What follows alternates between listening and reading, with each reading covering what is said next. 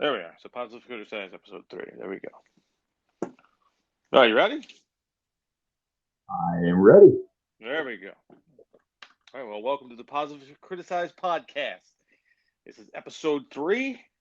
I'm your host, Sean Mance, and I got the co-host, Bad Ace Hillbilly. On. What's So how up? you doing today, man? How's it going today?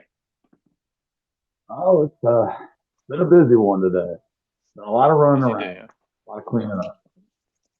Oh, okay. I just kind of tried to lay low today and just went out and over the town over was having like a they're having Route 66 was having their corridor red carpet corridor thing where people are traveling from town to town to town and each town was doing something different. We're going to be part of that, but the wind was just so crazy. We didn't want to set up a tent and everything like that. So the wind got pretty windy out there today. I mean, last time we did this, there was an event me and my wife did. It was this. The wind was ferocious. I mean, it was blowing good quality tents away. So we decided not to do that. But, all right. So what I like to, today, this is obviously the episode 3. I mean, obviously the background between me and you a little bit is the fact that we work together a little bit here and there on the when you were out in the security, and Yes, I sir. didn't really get to know you much. I mean, besides talk to you on the phone a little bit, made you laugh here and there, but we had a lot to laugh about with the trucks, the drivers and the trucks and Single the day we had idiocies something to that laugh goes about. the what? I said just about every single day we had something to laugh about. Oh, and I'll tell you, man. Even though you're gone, it's the same thing. It's the same. I don't understand how a truck driver literally picks up a load in California, doesn't look at the seal number, doesn't look at the trailer number, and drives clear to Illinois to realize he was supposed to be in Oregon. I mean, where was this guy going? What is he looking at? I mean, I remember being in the back dock office and handing these people um, paperwork, and they would look at it and they would like, okay, what's the temperature? The reefer supposed to be, all that information that they would ask. And I mean, these are smart people. They're asking the right questions. And then we have one show up to our facility, wrong paperwork, clear. They're supposed to go like the other way, not that way. I mean, I don't I don't know. And obviously, you guys were the first line of defense to see all that. Man, So we saw so much stuff that was just uh, t- unexplainable. tell me one thing though. It Like, just, what out of all of it, what is the craziest thing that just stuck with you? Like any which one that was just the craziest that just stuck out. Like overall. man, that's a lot. Oh, I know there's a lot. I mean, you dealt with like hundreds and hundreds a day. I mean, just ones that just stuck out. I mean, in your security career of you know.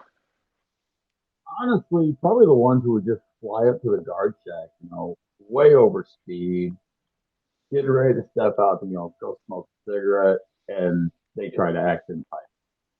Like, those were my favorite. The entitled driver. Okay. You show location, you've got your paperwork, you've got all that stuff, but you're going to gun it to the guard shack, even though there's nobody there, and just demand help without expecting some kind of repercussions of gunning it up to the guard shack. Yeah. Those I think honestly were the ones that always remember. I think in my experiences in security, I handled it in a different mode of I was pretty much loss prevention, and I have very many stories I could tell about people that stole stuff and how we stopped them and how we found them and what they were doing. And but I remember one night I was working in Bolingbrook, Illinois, and Okay. it was about it was almost time for me to leave, and I just happened to I was working the camera system, and the main area of the store that had the most theft that was the area obviously we just obviously concentrate on. There was an Right. individual who had come into the aisle, and this place sold crowbars and hammers, and it was a hardware store, and there was this guy, and he looked like Grizzly Adams. I mean, this guy was like, you could tell he was a big dude on the camera. And I just zoomed in a little bit, and I'm watching the guy, and he's stopping, he's staring. I mean, there's not very many people in the store at all, so I mean, he's probably like one of 15 people in the store, up minus the employees. So I'm watching this guy, and he's looking at the crowbar, and I don't think he's going to do anything, to be honest with you. I'm just watching him, and then I noticed in his right hand, he he slipped what he had in his right hand, which, well, no, he placed him down first, and I zoomed in, and I mean, you could zoom in on a shopping list in the store and be able to read anything. So I zoom in, and I see there were light bulbs. They were like those candle light bulb things. He took them, he picked them up, and he put them in his right pocket. And then he bent down, and he's bent over, and he's looking at the crowbars and stuff like that. He's pulling out the crowbars, looking at them, kind of comparing them and stuff like that. And I noticed something kind of sticking up out of the back of his pants, because when he pulled forward, his underwear obviously pull up, and it literally looked like he had something shoved in the back of his pants. And I'm like, what the hell? So I moved the camera over there a little bit, and I realized it's a triangle. This guy was wearing a thong. Now, I'm sitting there in the store, in the camera room, thinking like, oh crap, because corporate could log in at any given time and look at these cameras. And I'm zooming on a guy with a thong. And I'm just picturing this guy. Now he has taken something in my eye, in my head. He's put something in his pocket. So then he gets up, he got the crowbar in his hand, and he walks to the register. So I'm watching, I switch cameras over, and I'm watching the register. And I see this guy, he he pays for the crowbar. But guess what he doesn't pay for? The light bulbs. So I was like, oh god, I wanted to leave too. I mean, it was literally like probably 10 minutes before I was supposed to leave. I mean, it's going to happen in security work and stuff like that. Once you do anything, you got to write a novel. And Oh yeah. so I follow the guy out of the store, and I get out in front of him, and I say, "Sir, please stop." And he stops. He looks at me, and in the softest voice, he's just like, "How can I help you?" I'm like, "What? What? That came out of you?" I mean, I was waiting for like, "Ugh," like I'm thinking you got to go back in the store, and then he stops and he goes, "Oh my, the light bulbs." I'm like, "Yeah, the light bulbs." So his light bulb went off for him to go back in. So we went back in. He sit in the. We go to the security room. We sit down and stuff like that. I'm asking for his ID and stuff like that. We're processing this guy, and he's like, "Oh, so what am I gonna do? Am I just gonna pay for these things and then leave?" I'm like, well, yeah, kind of, like, but and he's like, and I asked for his ID, and he's like, "Oh, I don't think it needs to get to this point." I'm like, well, "No, you took something from our store. You deprived the store. We have." What I was going to do is, because it was in a certain value, it was under 10, so I didn't have to call the cops. We were just going to handle it from Right. the store level. We do restitution. So the guy was going to pay $150 plus the price of light bulbs and leave. And he wasn't very happy. But he was telling me how he was so excited. He was able to leave the house. His wife was out of town. He was able to maybe put her clothes on and go out and shop. I don't know. I mean, it, it it was a very awkward situation. This guy's explaining this whole situation to me, but I'm just like, I mean, I think of myself how I stopped Grizzly Adams in a thong, and you know, and of course, the best part about it, we were able to take snapshots with the camera system to share with other Right. individuals in the store that would come back and be like, "Hey Ryan, check out the saved snapshot in aisle 5." So you were able to share that moments with your other coworkers. But yeah, that was kind of Yeah, I like, never got. I mean, yeah, there was. I mean, I have so many stories from that stuff. It is just insane. I mean, I've seen people sneeze and their teeth fly out of their mouth while I'm on the camera system, and I mean, I was like, what did that guy just throw? And then all of a sudden, I just see this guy sneeze. And he looks around, and then he goes over there, and he's like, he just looks down, and I zoom in real quick because, like I said, these cameras are good. I zoom in, and it was teeth. It was like the top teeth. He just put them right back in his mouth like nothing happened. 5-second rule for his teeth. I didn't want to take him to the bathroom and wash them off. But yeah, so yeah, I think it's just, I think the best thing about this working with the public.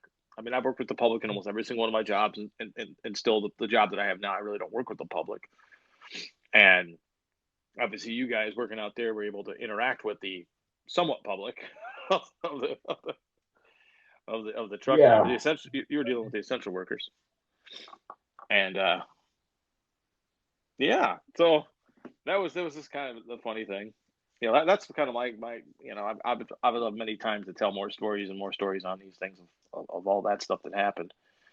Um, but you know, so what I like to do, I like to touch on a couple different things. I mean, obviously talking about like, well, kind of going back to the loss prevention thing, we kind of transition into this. You know, we obviously had to call the police, and I remember the police would always ask me almost every time that we'd stop people for stealing. And then obviously there's lots of loss prevention agents out there and everything like that. And they'd always ask you like, how how did you do it? What do you mean? How did we do it? No, he goes, how did you get the guy back into the store? We don't have guns. We don't have badges. We have none of that. Oh, I told him to go back into the store. That's, I never had issues. Just go back in the store. I mean, I've had like maybe 2 people run on me in my entire career of doing that, and you know, I chased them, but we had two people run. So I mean, no, normal. I don't know how big you were, how old you were, how more powerful you were than me. I mean, people always just went right back in the store. And the thing is I think like, and that kind of gave me a thing of the way that these cops were thinking. Like they don't think that people will listen to you unless you have a badge, unless you have a gun, right? I mean, and I'm not saying that that's their mentality as a person. It's just kind of the way I think that they're taught.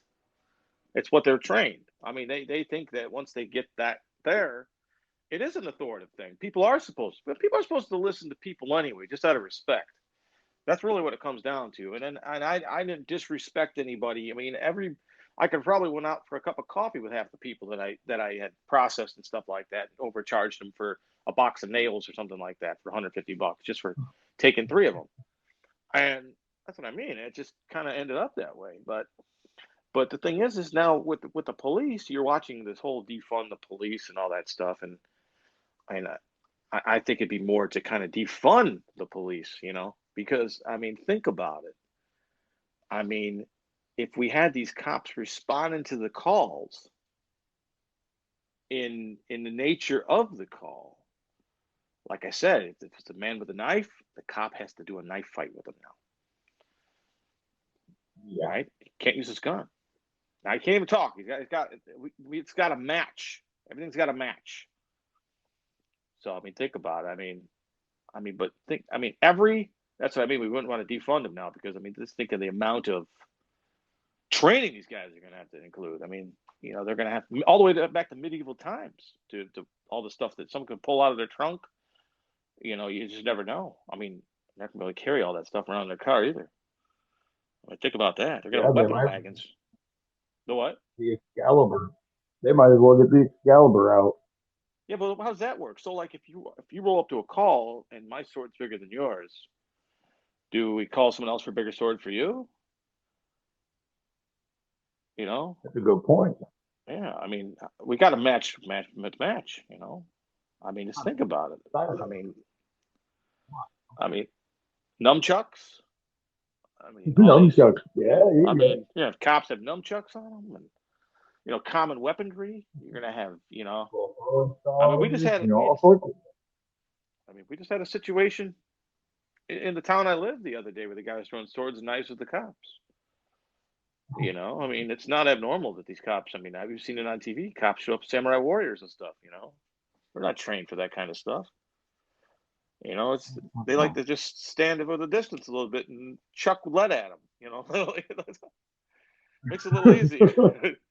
They have propelled lead balls that go after the guys. Like, you know, keep their hands clean, so they write their novel and go home. But yeah, I mean, I just think it's kind of it's ridiculous at the same time. But I mean, like I seen it. You know, I heard it out of, you know, like how, I mean, they don't think it's possible that people can have a conversation sometimes. Right. That's how I see it. I mean, it has to happen, but it doesn't have to happen. I just think it gets escalated too fast sometimes. And that was Very one much thing, so. you know, what we learned. I mean, so different when you're working at the guard shack, right? A trucker pulls up, he comes up and he's asking you a question. You come off cocky to him, or you come off rude. Maybe you just dealt with a guy before him that's kind of like was, you know, real a hole, and then now you're all worked up. Here comes this guy. He's, you know, he's a little irritated. He ain't irritated too much.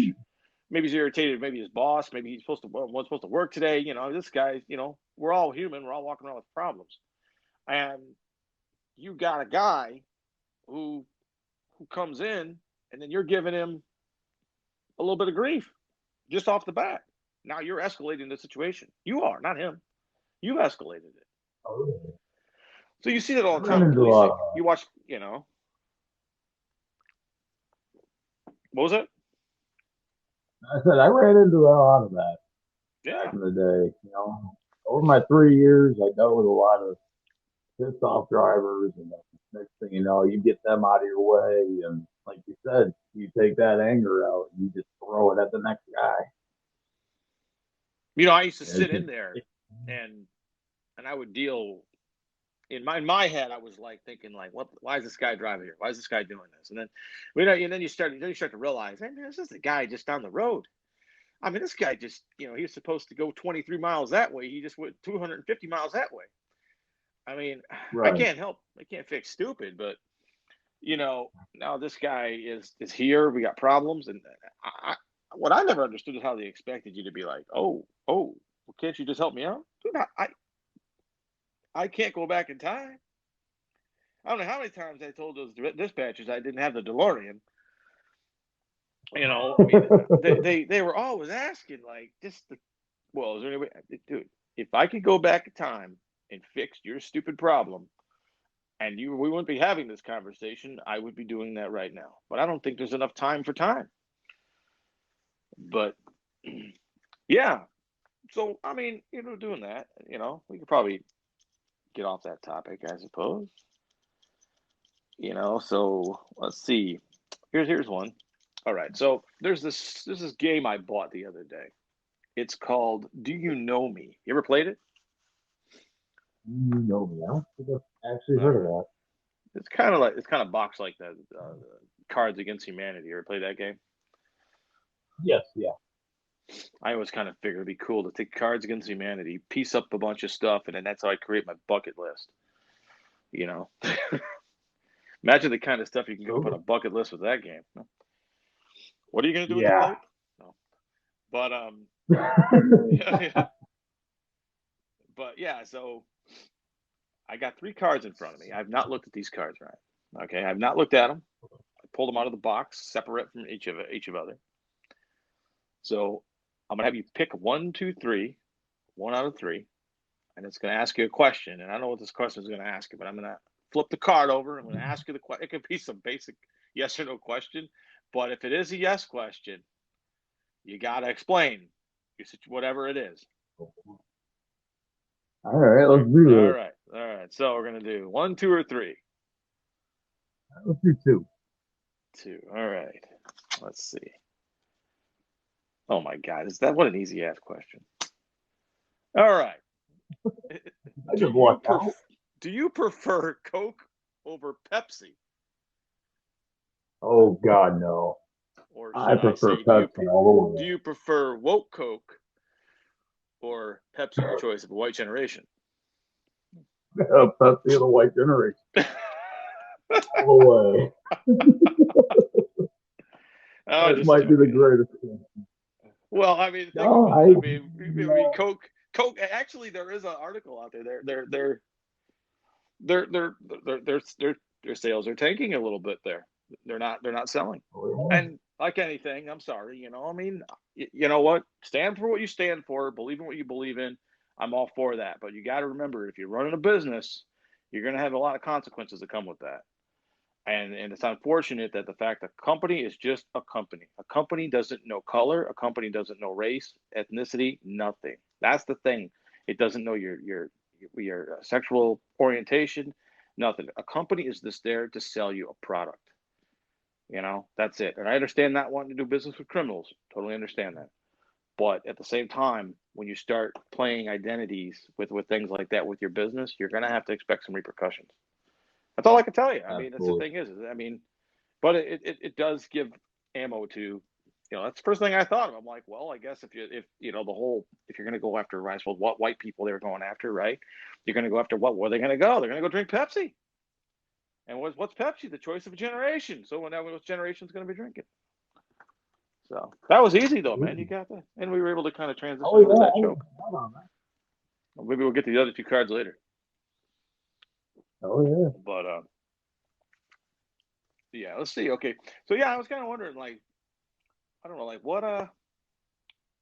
what's the crazy? What do you think the craziest thing someone ever asked you to do? Like just off the cuff, just like you did it, and you're just like, oh my god, the craziest. That could be when you're a kid, anything.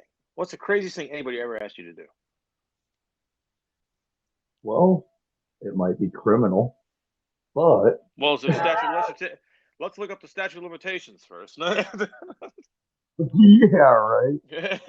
Well, about 4 years ago, I got Four is I pretty had close. I don't know. was it had a was bet it in against. international waters? No, unfortunately. All right, go But on. no, I had a bet. There was a good buddy of mine who was busy at work. He was working at a gas station out in Morris. Well, his car Okay. broke down the other day. I was like, okay, what are they going to have me do to his car? That's the first thing that I thought of. Immediately, first thing they say was take his license plate, put it in the back of your car. Well, he Okay. was just about to go get his car that next day. To go get his what? So he was about to go get his car fixed the next day. Oh, it's called okay. He was about to go drive it over to the shop and get it fixed. Well, he gets knowing that his car is still at his house. I went over there, stupid me, took his back plate. I left his front plate. Took his back plate, threw it in the back of my truck, and took off. I Hmm. get a call from him the next day. He's trying to figure out where his license plate went. He got pulled over by the cops. Not even 2 seconds after pulling out of his driveway. Very next day, I show back up at his house, license plate on the very top of his car. The I license plate disappear. is on the roof of his car. I put the license plate on the roof of his car. Oh, okay. And he's trying to figure out, he finds it, sees it's there. He looks out of the window, seen it. He's trying to figure out where the hell it came from, how the hell it ended up there. He's calling everybody, like everybody So but me. so he's calling around trying to figure out how his license plate got on the roof of his car. Yes. Dude, you just said it was there all the whole time. And honestly, that's actually what I told him. I told him when he finally decided to call me, he calls me up and he says, "Do you have any idea how the hell my license plate, one, went missing, and two, ended up on the top of my car the next day?" And I said, "I don't know. I drove by there the other day and I seen it off your car. I was curious, went over there and did not see anything. So I didn't know it was on top of the car. Well, then he decides to get a hold of his landlord, and there's cameras all over the building. They caught me on camera Oh, jeez. removing the license and coming back and putting it on top of his car. I had no idea there was cameras. Oh my. That would have to be one of the craziest and stupidest things that I honestly could have done. Yeah. I'd probably say the craziest thing, one of the craziest things is I was a kid. And my dad had, I was about to go to my friend's house and he's just like, hey, I was good. I walked out the door to go over there. I mean, I was literally leaving. You know, he's like, "Oh no, I need you to help me."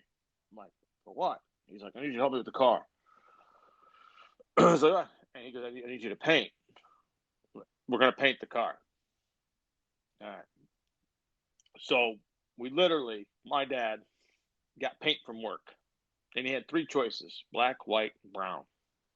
Oh, and beige, like a tan, like a dark brown and a tan. So four choices. So we had a 1976 Nova four door. He had bought for I think like $500 back in the 80s. And Okay. so we had this car for a while. And he decided he's going to paint it. So we painted with a roller. And my job was to, like, the part where the bumper is, and then you have the little plastic parts that go like up to the grill, that are inside the bumper. So I'm in there with a brush, I'm doing the detail work with the brush. And so my dad not only painted this car once, not twice, but when he got to the third time, he really felt he wanted to go all out and do a two-tone job on this bad boy. So he two-toned the car with a roller and a brush, and it's insane. I mean, you literally. I mean, I have a picture of my dad rolling the car. I I'm I'm gotta I'm see this picture. I'm gonna make a TikTok with that one. I'm gonna do the picture. Kind of like the same thing. What's the craziest thing anybody ever asked you to do? I'll go first. I'm gonna put that up. But yeah, no, there's a picture of the car being rolled. Those car I learned how to drive in too. But that was pretty funny. Oh, Like the stories with him though, man. The most frugal man you've ever met. Like just we'd always he was absolutely free column guy. He'd always go in the newspaper. Anything was absolutely free. We got to go get it. I said, Dad, there is a reason why it's free. There's a reason.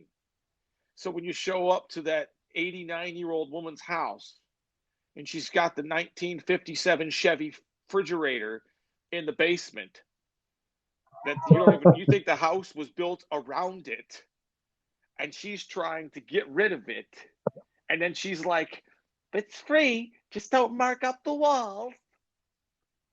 Ma'am, I don't know how we're gonna like get it through the door. And my dad looks at me all the time, and he'd always be like, what do you think? So, Dad, you know what I think? I think we should leave. Ah, no, we'll get it. So we're pummeled into this refrigerator up the stairs, and the lady's like, I have a dolly if you need it. I'm like, oh, you think you might have mentioned that in the beginning?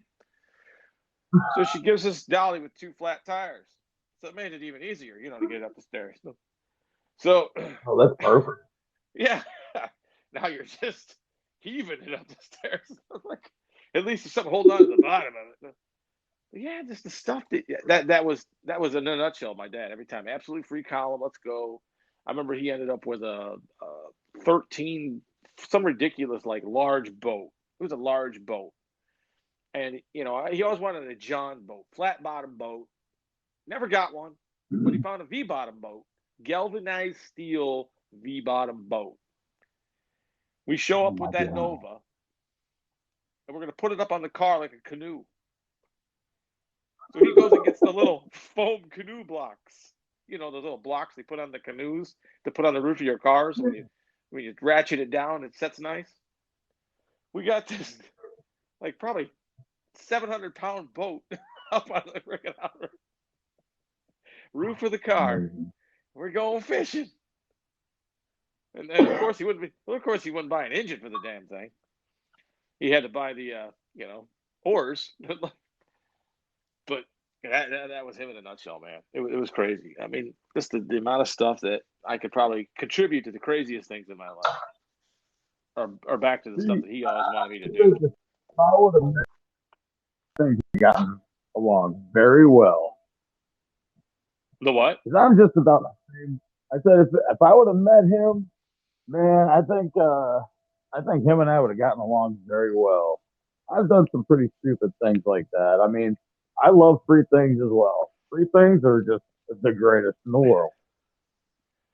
You know, I mean, as I soon like as I see free. something I just free, maybe I just prefer, like, free ice cream cones, or free, you know, free satellite TV, a free phone. I got to pay a bill for. I yeah, don't you know. can't go wrong with those. Yeah, I mean, free. That's free. Like, free. They're gonna come to my house and install it for free. They're gonna put it up on my house for free. Then they're just gonna ask me for a bunch of money later. But they did everything for free in the beginning. Free installation. Not free. You take, you pull, you break your back. There's a difference between free on that one, man. But See, yeah. I'm down with all that, you know. But as soon as I see free online, it's like I gotta check it out. Like, what is it? Like, I gotta know what it is. I may not even have a clue what it does, but I gotta see it. It says free. Like, Yeah, it's intriguing. yeah. I mean, I don't get me wrong. I mean, I'll entertain the ideas, but I mean, my dad's got me I got PTSD when it comes to free on me on my side. Like, yeah, I picture refrigerators and boats and what. I remember he got a treadmill once. I never knew these things existed. My dad had heart. He had open heart. He had a heart. Uh, uh, Pacemaker put in. So he had a pacemaker put in, and they were like, "All right, you got to start doing your physical therapy and all that stuff. Kind of walk around, all that stuff." And that was winter time when he got this. So guy he worked with had a treadmill. He's like, "Oh, I'm gonna get a treadmill." I'm like, "Oh, cool. He's gonna get a treadmill." So we go to this guy's house, and he hands me like this portable treadmill. Like, it was like a little bit bigger than a TV tray, and I'm like, "What the hell?" You just fold this thing down, and it just props down like a lawn chair does, and like one of those lounge chairs, and the front folds down. And you just Right. stand at this thing and you move the belt yourself. There's no electronics to this thing. I'm like, Oh, this that's is amazing. this is what, but of course it was free. But Oh, it's I was just weird. I mean, like it's like funny when you find stuff like that never really existed, and then all of a sudden now here you are, like, I've never seen one of these in my entire life. I mean, I was 35 years old the first time I saw this thing too. It wasn't like I was 12. 35 years went by in my life, and I've never seen one of those. it makes you wonder who invented that Yeah, and how long has it been around. yeah. How long has it been around? And I maybe he figures somebody needs to be able to just walk. That wants to stand in one place. They want to walk. Now we don't want to give them any resistance. They're their own resistance. The resistance is in their mind. There's distance in their mind. It's all in their mind. If they keep moving, they'll be good.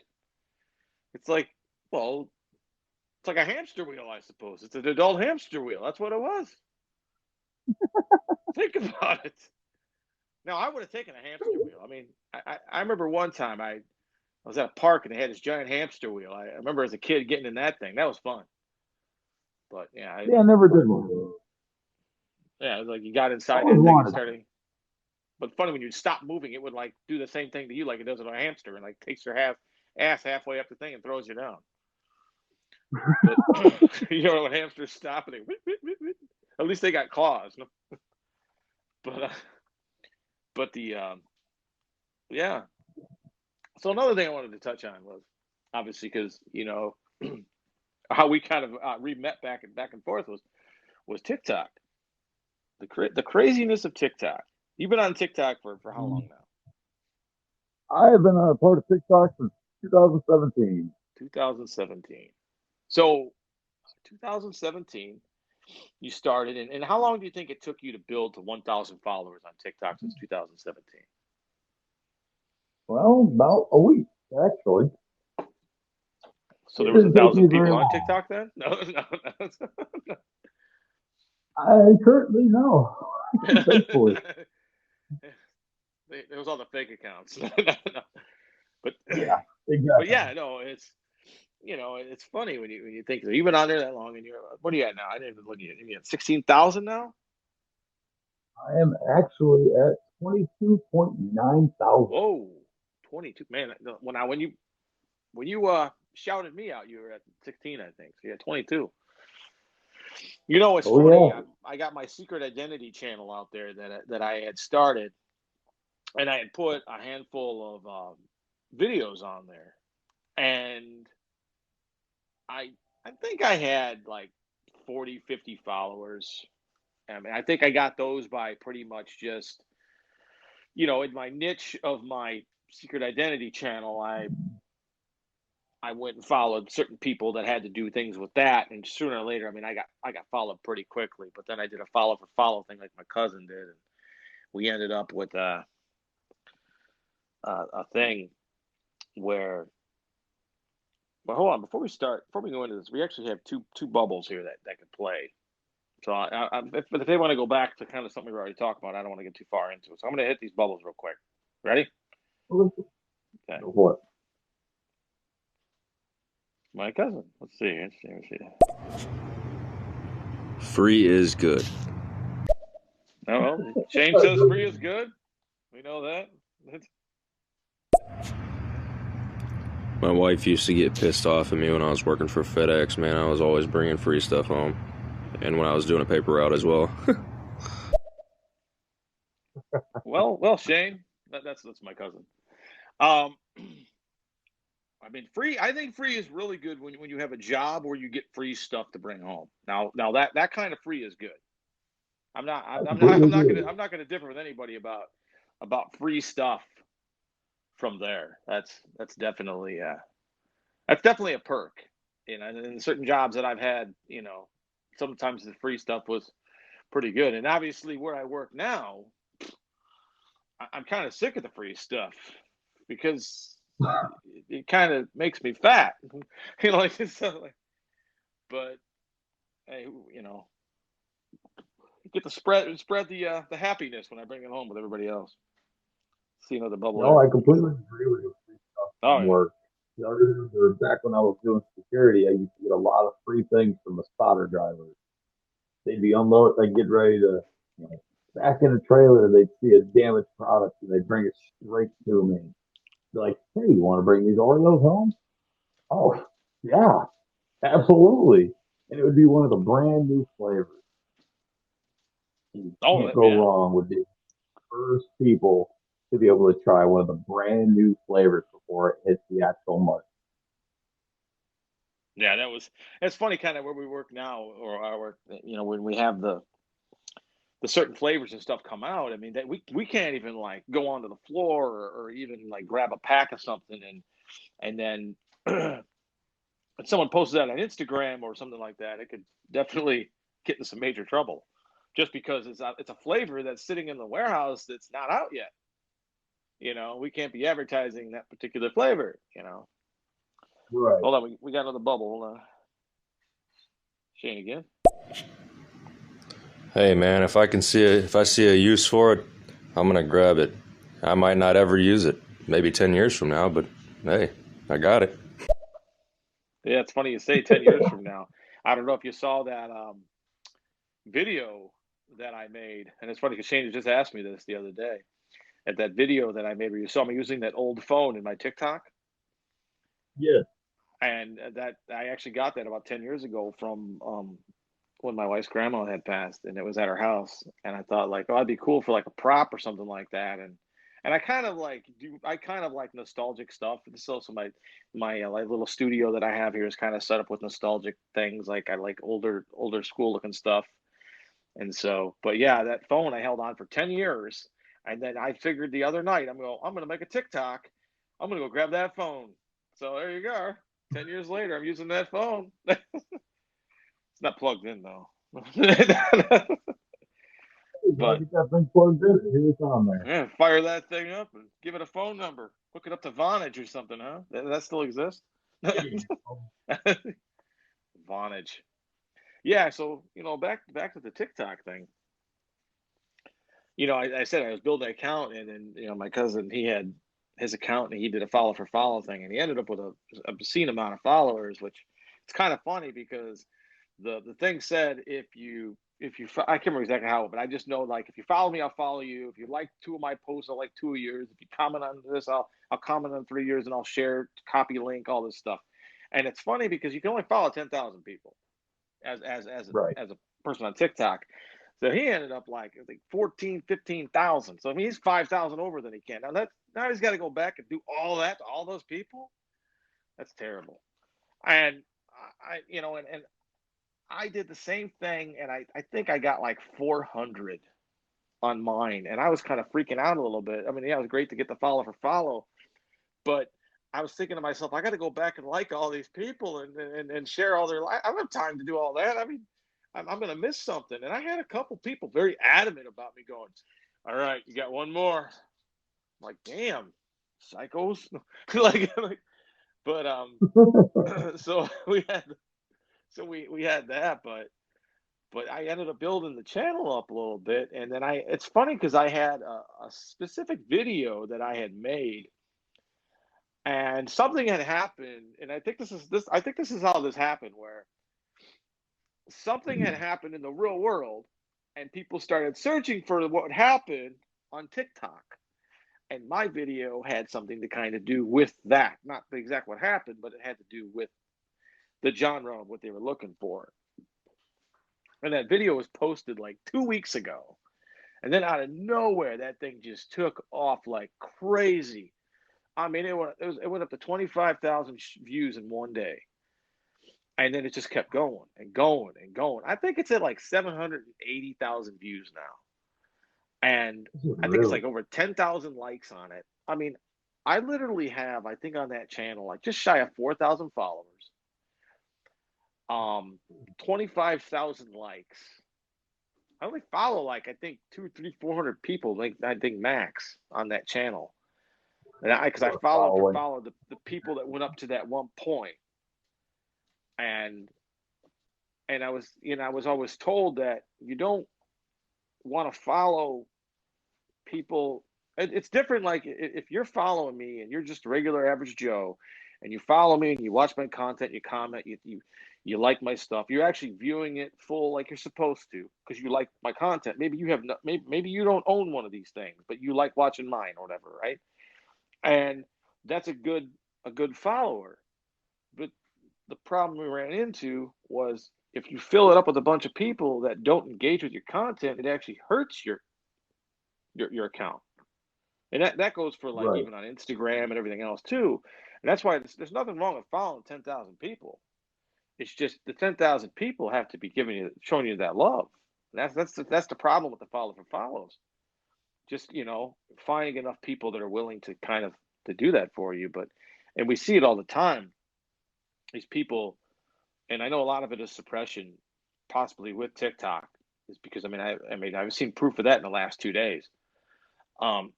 Because I had that video taken off, and then I had actually was in an accident on my motorcycle, and I had it on film. I had a GoPro on my face when I got hit, so I was able to take that footage and not only turn it over to the insurance company, but and actually the insurance company's like, well, we can't do anything about that.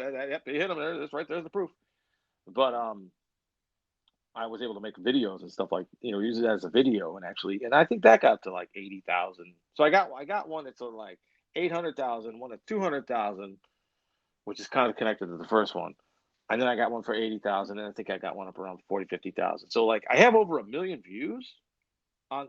Overall as an account, over 25,000 likes and almost 4,000. I can go live on that thing. It's just, but again, it was like a secret identity, where I was kind of going to do a reveal But now since I have this particular channel I'm building, I don't want to reveal myself anymore on that.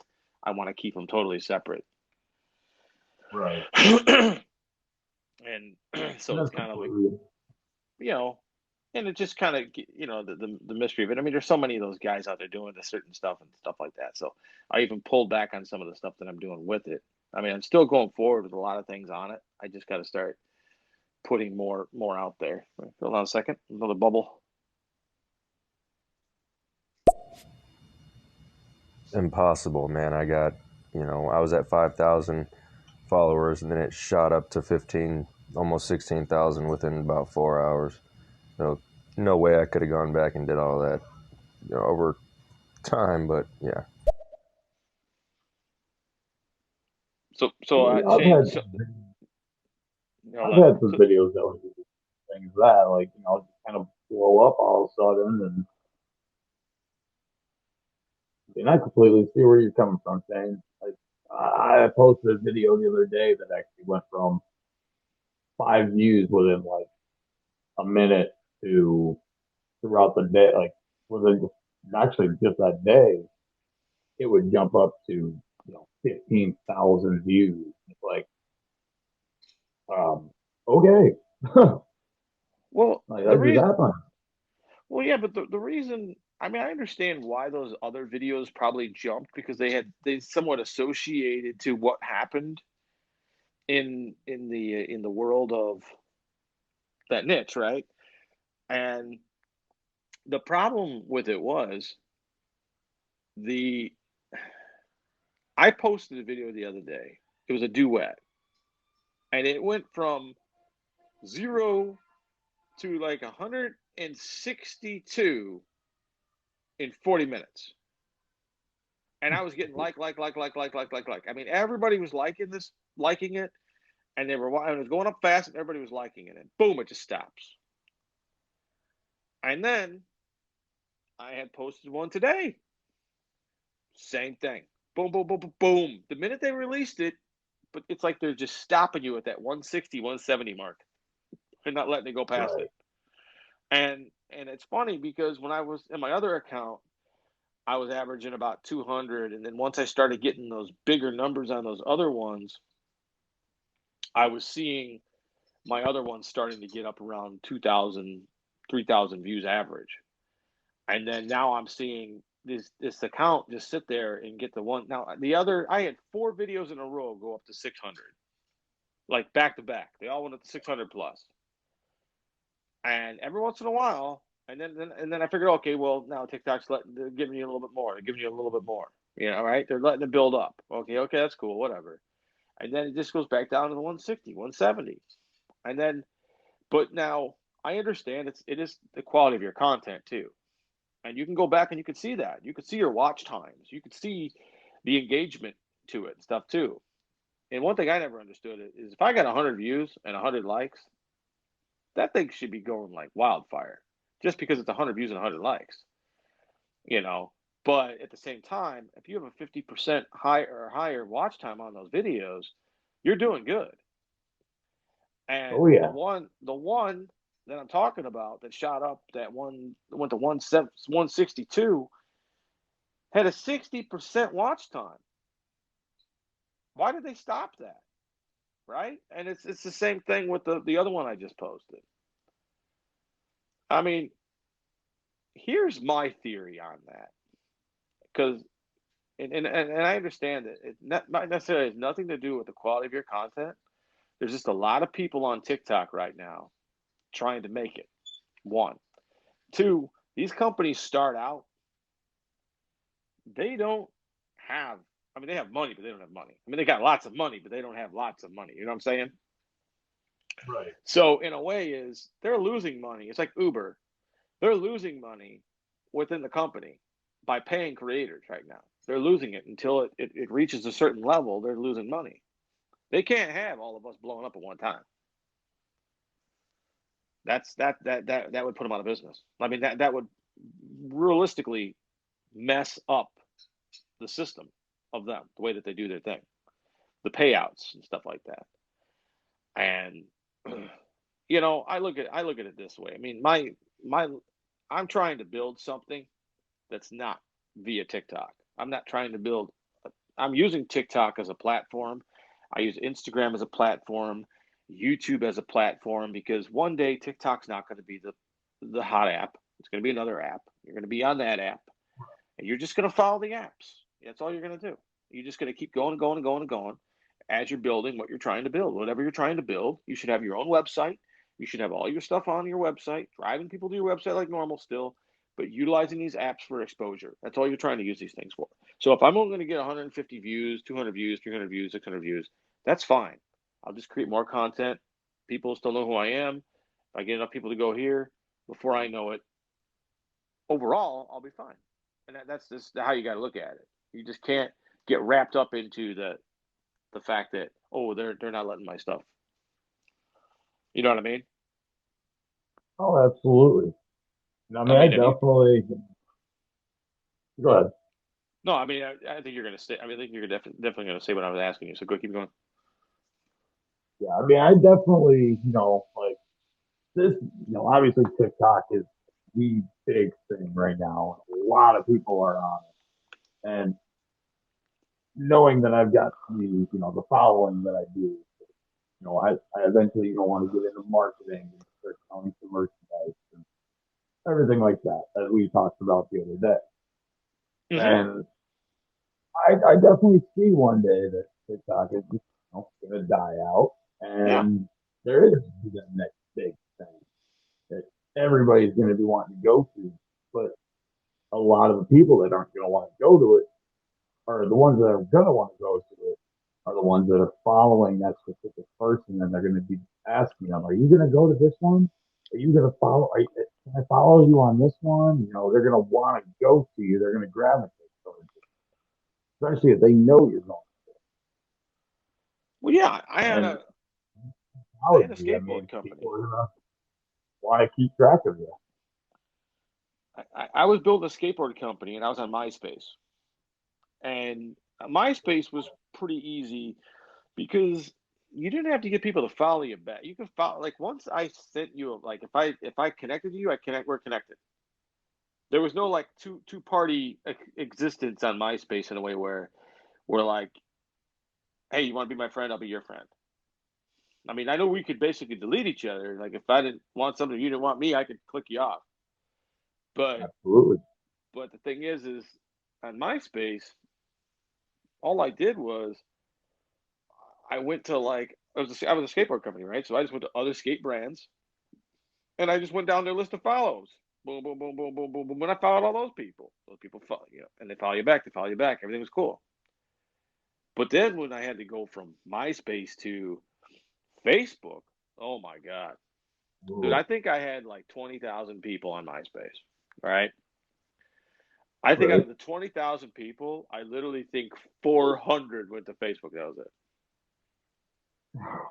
I mean, that's what I Yeah. mean. It's like now they all probably later on went to Facebook. That wasn't it, but it was at that given time you're kind of looking at what you're dealing with there. But yeah, I mean, it's that's why it's important that if you're trying to build something, and I don't care if don't don't consider yourself a TikToker. Don't think like, well, I built my business off. I mean, because sooner or later it's a wave. That wave's just going to die, and then like you're saying, X amount of people are going to go to the next platform and the next platform and stuff like that. But that's your following. That's your fan base. It's like I said, you want to. That's your tribe. Those are the people when you do market something, when you make a T-shirt or you make something like that, they want to share that. You want to share that with your people. Like I said, it's not about acquisition; it's more about retention. As long as you're the people that are following you, they're going to start to ask for stuff, and that's what you want to provide them. If they ask for T-shirts, you make them T-shirts. If they ask for mugs, you make mugs. They're going to ask for this stuff. Just like Oh, the yeah. YouTuber, the Andy Schrock, the guy with he made this crazy little skateboarding thing. These videos. We want revenge or something like that. And then people started asking him, like, "Hey man, you should start a company." He's like, "Really?" They're like, "Yeah, you should start making boards." So he literally started making boards. Now he's a full blown company. Let your following reach out to you. Don't look at them as a dollar sign. Look at them as, I mean, these people want something from you. Give it to them. and that's what you want to do. I mean, that's when you know you're doing the right thing. And then that's why it's a Oh, very well. organic. That's why it's a very organic grow when it comes to things like that. Here, hold on a second. We got more chat though. Shane again. Pretty sure I'm shadow banned though. I mean, I don't know Yeah. about the shadow ban thing. I mean, I know it exists, but what I've noticed is just I think it's just if I have seen people where they'll post stuff and then they don't post stuff, then they post stuff and then they don't post stuff. We're talking about like how on average my stuff makes it up to about like, let's see, 170, 200, right? And then I seen it make up to 600 a little bit, but I'm on average, I'm going to say 170. Let's see, 170, 180 is what I'm getting right now. Now, like I think if I stop posting, I post about 2, 3 times a day. If I stop posting at all and don't post for 30 days and I come back and I start posting again, I'm going to guarantee you're probably going to be looking at me. I'm probably in the 80, 90s, you know? And I've seen that Yeah, people do that. I know it what? all depends on how much you post. I mean, because I had that problem for a while, like where I felt like I was shadow banned, but I wasn't posting, every day. I wasn't even really posting every week. It was back in like 2018. I went probably about every month. I would post maybe 5 videos, and my videos would get 30, to 50 maybe views and 10 likes maybe top. And then as I started posting more, that's when people started, I started seeing my views go up and the likes and all the comments are coming back. And, so in my opinion, I think it all just depends on how often you post and Oh, it does. just, Like, it was kind of like I was told. This was back when I used to sell Dish Network. And I went to a newspaper in our town, and this newspaper got distributed out to, I think, 3 or 4 different towns. It was a free insert that would go out in people's mailboxes. And I paid $90 a week. Now, keep in mind, I think I had to sell 2 dishes to cover the cost of it. I had to sell two service subscriptions to cover the cost of it. And the person who sold me the ad told me, they're like, look, you're going to post this ad. You're probably not going to get any calls on it at all. Second week you're going to run this ad, they're going to be like, yeah, all right. You're going to probably get maybe 1 or 2 calls. Third week you post the ad, you're probably going to get a little bit more calls. Fourth week you post the ad, you're going to start to see, because it's legitimacy. That's what people are seeing. It's you know one, two. Okay, I saw it the first time. I saw it the second time. I saw it the third time. I saw it. Okay, this is there. It's a game that plays in people's heads. And again, like you're saying, if you're not posting consistently, people aren't seeing you consistently. They forget about you. The human race forgets about people really fast, and very, it's important that we got that. That's why it's always about consistency, And if we're not being consistent, that's going to hurt us. And I used to blog every week. I wrote a blog, and I was up to about 700 reads a day on my blog, which was pretty good. And very good. I stopped blogging, and I returned to it in 6, 7 months after, and I couldn't even get 50 reads a day.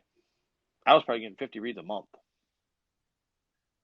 So it just shows you when we stop doing things, it kicks our butt, and it's hard. It's really hard because life kicks your butt too. I mean, if you don't wake up every day and you're not getting paid from TikTok or YouTube or these other places to where you don't have to worry about going to a job, you know, and you have a family, and if that's not your job, it's very hard to stay consistent on that because priorities take over, and it's important. That's why we have to look at these things as like a job. Because what would you rather be doing? Would you wake up every day and be working on the hillbilly stuff, or would you rather be going to your job? I'd rather be thinking about jokes and making TikToks and doing other, being creative. Being a content creator myself personally, that's what I'd rather be doing. But it's hard because we gotta take every little piece of time we can find to do that, to put that in there, and and you're at the beginning stages, and it's the hardest part. The hardest part is the beginning Oh, stage. The first two, three. The cool thing about today's world is when it comes down to it used to take you 10 years to be an overnight success. That's what they like to say. It's 10 years. But now with the internet, it's cut it in half. And sometimes it's even less than 5. But on average, you got to think about it.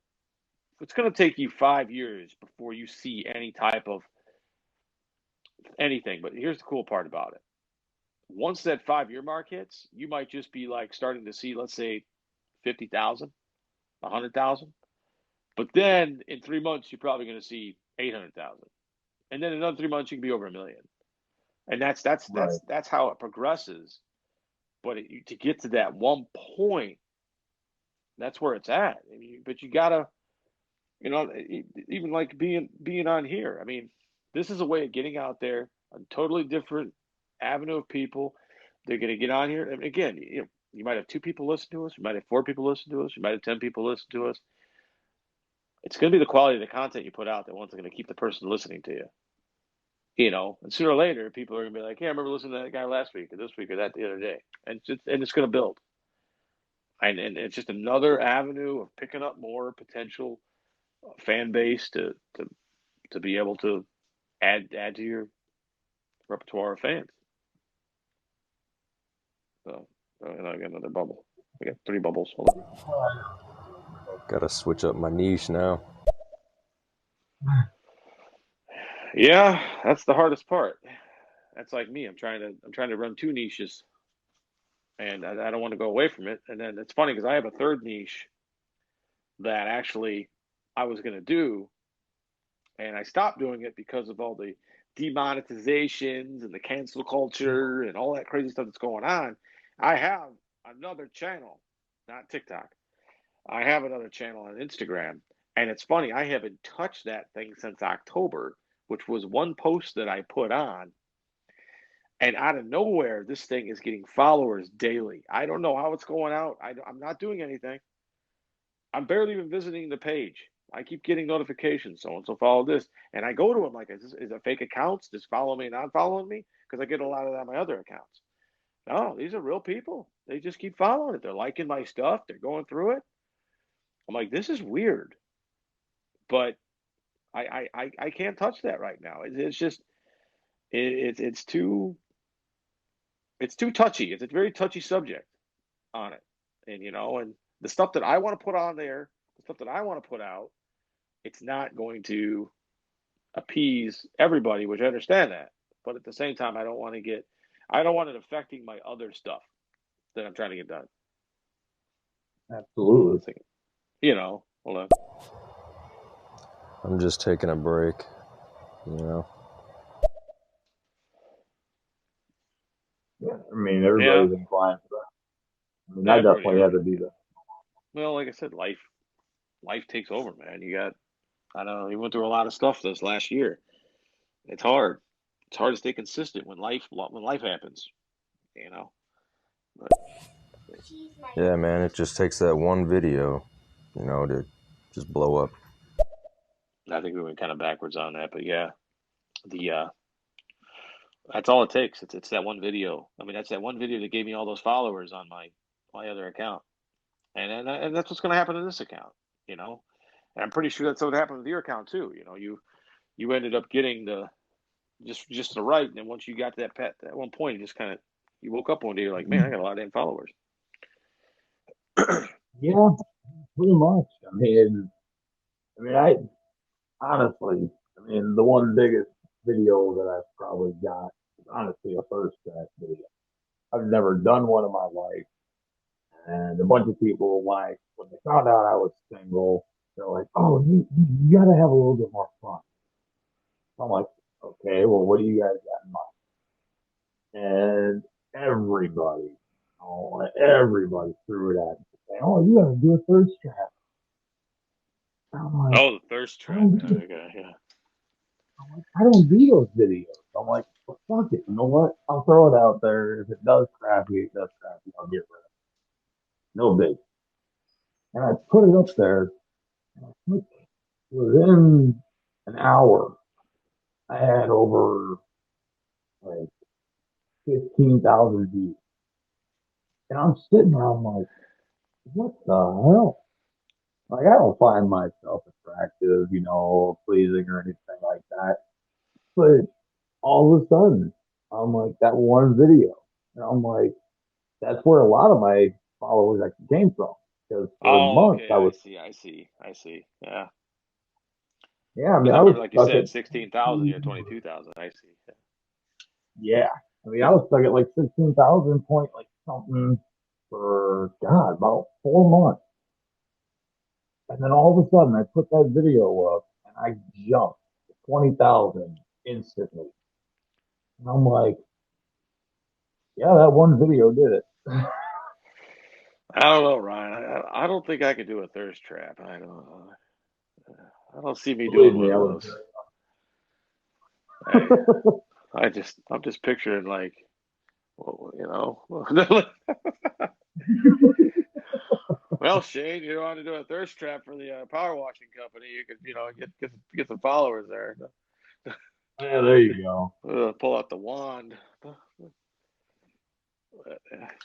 That'd be a.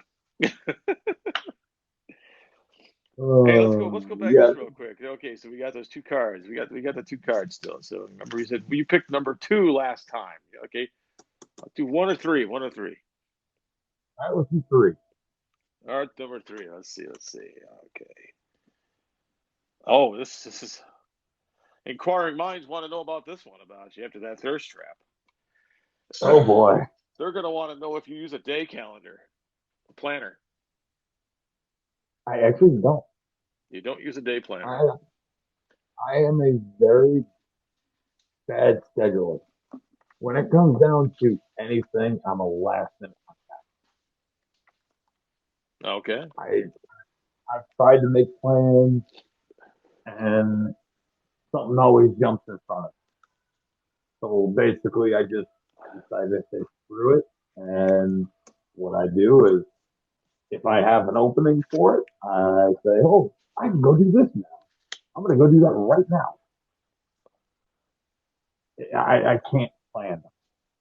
Even if All I right. write it down, I, it fails on me. This is supposed to be like an adult game. What the hell is it? A day planner? Ooh. Susie at the office is playing with us tonight. We're gonna see if she uses a day planner at home. I think I saw her at Mad Men. But look at day planner. What the hell? I was I expecting think we some need a like retry on that. some juicy, what are you gonna do with the Pope again? I don't know. But yeah, I mean, I think okay. So the craziest things on TikTok, all right, that I've seen so far, just the things that I've ran across on TikTok, people like out of nowhere, I started getting these tarot card readings show up in my TikTok, and I, some of them were just nailing it on the head. You're just like, holy! They're like, if this shows up on your for you page, this is for you. Notice my lottery one that I was making fun of them. If this shows up on your for you page, these numbers are for you. They're like, but you get tarot card reading people on it, spirituality, and then there was one that popped up the other day that we're going through this full moon thing and all that stuff, and the spirits are aligning, and we're going to go into the 5D because if we're going to go into 5G, we might go into 5D, right? Fifth dimension Might for as the well. spirits, 5G for the technology. But they were saying like there's a little siren thing was going off, and I'm like, you got sirens like this, going off the back. Attention, all spirits, be ready for this. I'm like, did the spirit world have no way of connecting with each other before TikTok? Did did did they did they have to have this created so we could communicate with each other? So we could have the for you page, and then we just know that if that person's seeing it, it's for them. It's not on their phone. Remember, if you're following a tarot card reader, you can't watch them and you're following. It's got to be in your for you because it's not spiritually hitting you. It's got to be in the for you, not the following. So you don't follow any of those people. If it shows up, it shows up. Then you know it's for you. But apparently, Right. everybody has somebody coming back. some toxic relationship. The person's coming back. Don't worry. That's all you keep hearing. And then I keep getting the abundance of crap. It was so funny. I had this one telling me, like, money is going to come out of the sky. Money is going to drop into your lap. You're going to have so much money, you're not going to know what to deal with. And we're going back and forth, back and forth. And I'm thinking, like, well, first of all, I didn't buy a lottery ticket. I didn't apply for a new job. Right. Nobody's dying anytime soon in my family. I'm going to get life insurance that I know. So where is this money going to come from? They keep talking about. And it was funny because I was like, I thought to myself, I'm like, well, the only thing I have is Dogecoin. I'm like, oh, I better go check my Dogecoin. Last time I checked, it was like $150 or something like that. So I go and I check my Dogecoin, and it was up to like $4,000. I'm like, holy shit! Like, this is what the tarot card people are telling me about. Like, how They do they know know? something. Yeah, they knew something. I'm like, oh yeah. But they're saying how I'd have nothing to worry about. Well, no, I still need a little bit more. I need that Dogecoin to shoot up to at least $100 a share before I have money I have to worry about. So it's not going Absolutely. anytime. It's not going to that anytime soon. So I'm like, what else are they talking about here? You know, but it's just kind of funny. And then after those people are popping up in my feed, now I don't know if you got any of these guys in your feed yet, but have you met any time travelers on TikTok yet? Oh, absolutely. Yes, Oh but my God. they don't use a DeLorean apparently. But one keeps telling me to Yes. buy Dogecoin too, though. So he knows something too. Even the spirits are connected. The time traveler is telling me to buy Doge. But I these time travelers, I mean, I would think of it this way. If time travel existed, think about it. If it really existed, there would have to be laws to it. I mean, have you met people?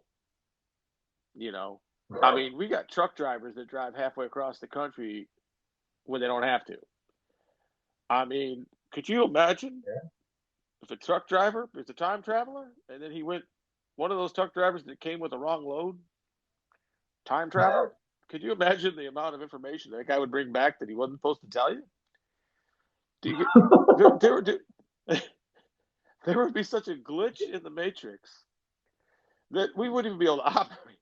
We would be like, we would all pop up with those air signs all over us. You know what I mean? Like when you're on a computer and you hit the air sign pops up and you can't do anything.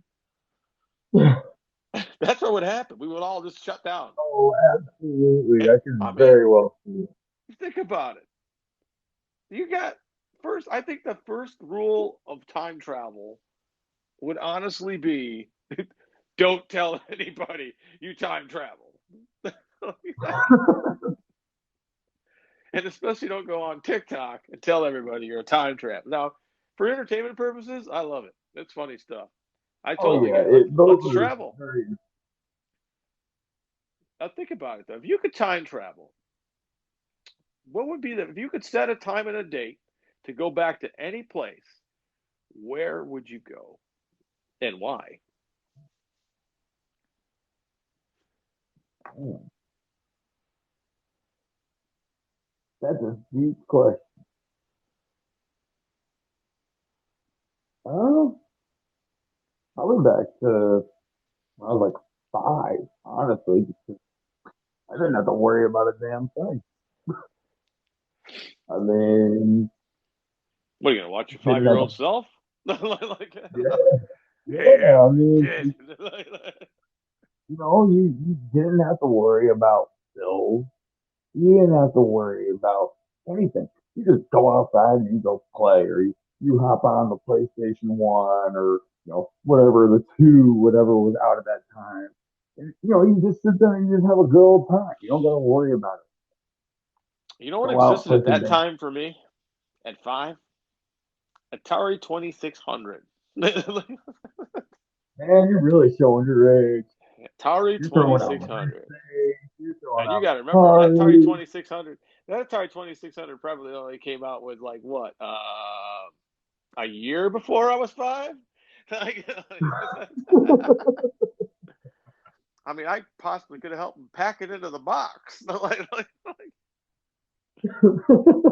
I remember my dad coming home. I remember that, and it's so funny because like when I looked at my dad as an older person, when I was older, I looked at my dad. I never pictured my dad like a video gamer, never anything like Right. that. But then you get older and you think of like you're at that age group now. You're at that age. You're at that age, and you kind of keep comparing yourself to your parents at that age. And my dad, I remember he came home, and apparently my mom told me that thing was freaking expensive. It wasn't cheap. He came home with the 2600, popped that thing up onto the freaking black and white TV we had, and that was like the worst part I think of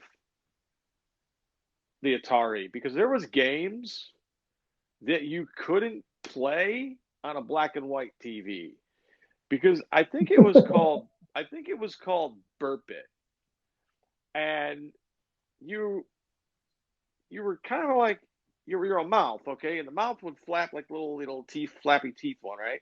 You would go up and down, and the food would come flying at you, and you had to choose what you were going to eat, but you couldn't eat the purple pickle. Now the TV is black and white, and there was a hint of a shade between the two pickles, like a hint of a shade, and lo and behold, once that food starts coming at you faster, that shade of frickin' pickle doesn't matter anymore. You're just thinking it's a pickle. I gotta eat it, and I can't eat it. And then when you eat these, if you eat, I think if you ate like two or three of them, you're like, it would go like, burr, burr, like this big burp would come out. It's called burp it, right? And then it'd be over with. But yeah, we actually did not get. And this is kind of funny.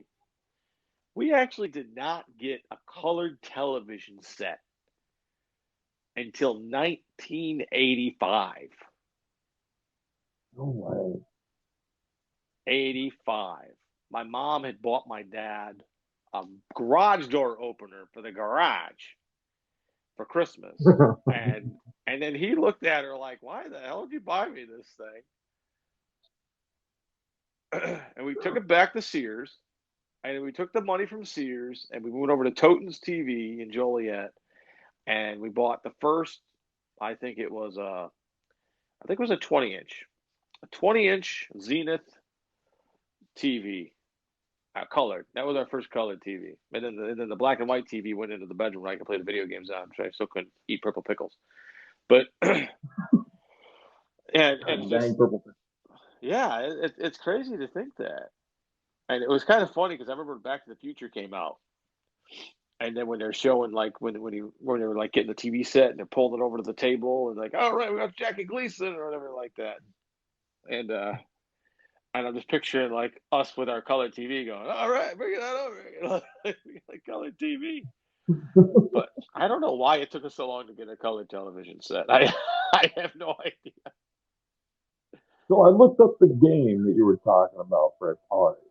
Yeah, Did it have something to do with like a fat cat? the I think I'm what? looking at the right one. Did it have some like fat cat that was eating these kind of foods, or am I looking at the different? I think it was. I think it was called. I don't think there was a cat. I remember it was a mouth. And who knows? It was probably a glitch in the Matrix, and it was really a fat cat, but now it's a mouth because I remember a mouth. And there's a glitch in the Matrix. It's like because my boss at work, I used to work with the guy, but I don't remember him. I remember a different guy. And and it's so funny when you hear about the glitch in the Matrix of things change. I'm like, but what was that guy not a good actor? They brought in another one or something. I don't know. I mean, I worked with this guy. It was so funny. I was like, I worked there. He's like, so did I. He's like, oh yeah, but I hung out. But so did I. Yeah, but I hung out with the guy. Yeah, so I don't remember you. I don't remember you. You got the same name. You drove the same truck. You went to the same school, same work, same everything. We don't know each other. That's weird. You trained me at my job. We don't know each other. That's just weird. I'm like, yeah, but that guy drove this truck. I'm like, yeah, I don't know. But let's see. Let's see. Burp It. I think it was called Burp It. Atari. Let's see. I think. Well, Shane, while we're doing this, why don't you tell us if you could set a time machine, where would you go back and why? The Atari 2600. Let's see.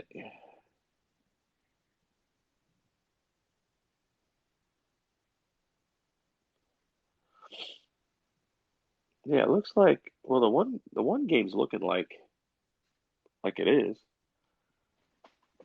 Yeah, it's all I can find. I'm like, everything else kind of just does not fit that description. What is it called? Fast food? It almost looks like it. Maybe I'm just totally. Maybe I'm thinking burp it because you burp in the game.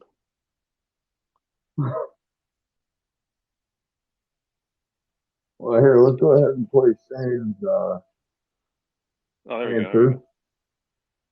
There we go. I don't know, man. There's quite a few places I'd like to go back to. You know, can't really pick one. All right. That's kind of a hard question, time when some people bring that up to you because it's difficult. Yeah, actually, it's called fast food for the Atari 2600, and there's the purple pickle up there. It's measured out. I mean, yeah, you got like milkshakes, pudding pops coming at Oh, there you. we go. Yeah, it's called fast food, and you can see where like the purple pickles would build up on that. But yeah, it's just kind of funny, like from the future standpoint, like or going these time travelers and stuff like that. But I mean, I don't know. I mean, so far, I think one thing that I've noticed about TikTok versus the other platforms is the people that are on TikTok are way more open, more friendly. They're I find that it almost feels like the people on Facebook and Instagram are more snobbyish in a way. Like when you're trying to like maybe not necessarily like as a person, it's just the behaviors.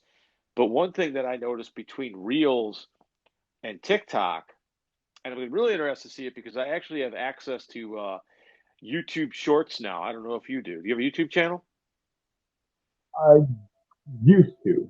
Okay. Now, Don't like post. when I go on YouTube and I go to click add, like make add a video, it gives me the Right. option to make a video, or it gives me the option to use Shorts, which is in beta mode. So it's obviously it's not going to be all in there. Everything that I mean, you can't use filters and stuff like that. And it's probably best to just take your TikToks that you do have and share them over to the YouTube Shorts. Put your taglines and stuff like that in there, and just build it up that way because it is new. So for exposure, you have a good chance. But I'm already seeing videos on there with millions and millions of views through the shorts,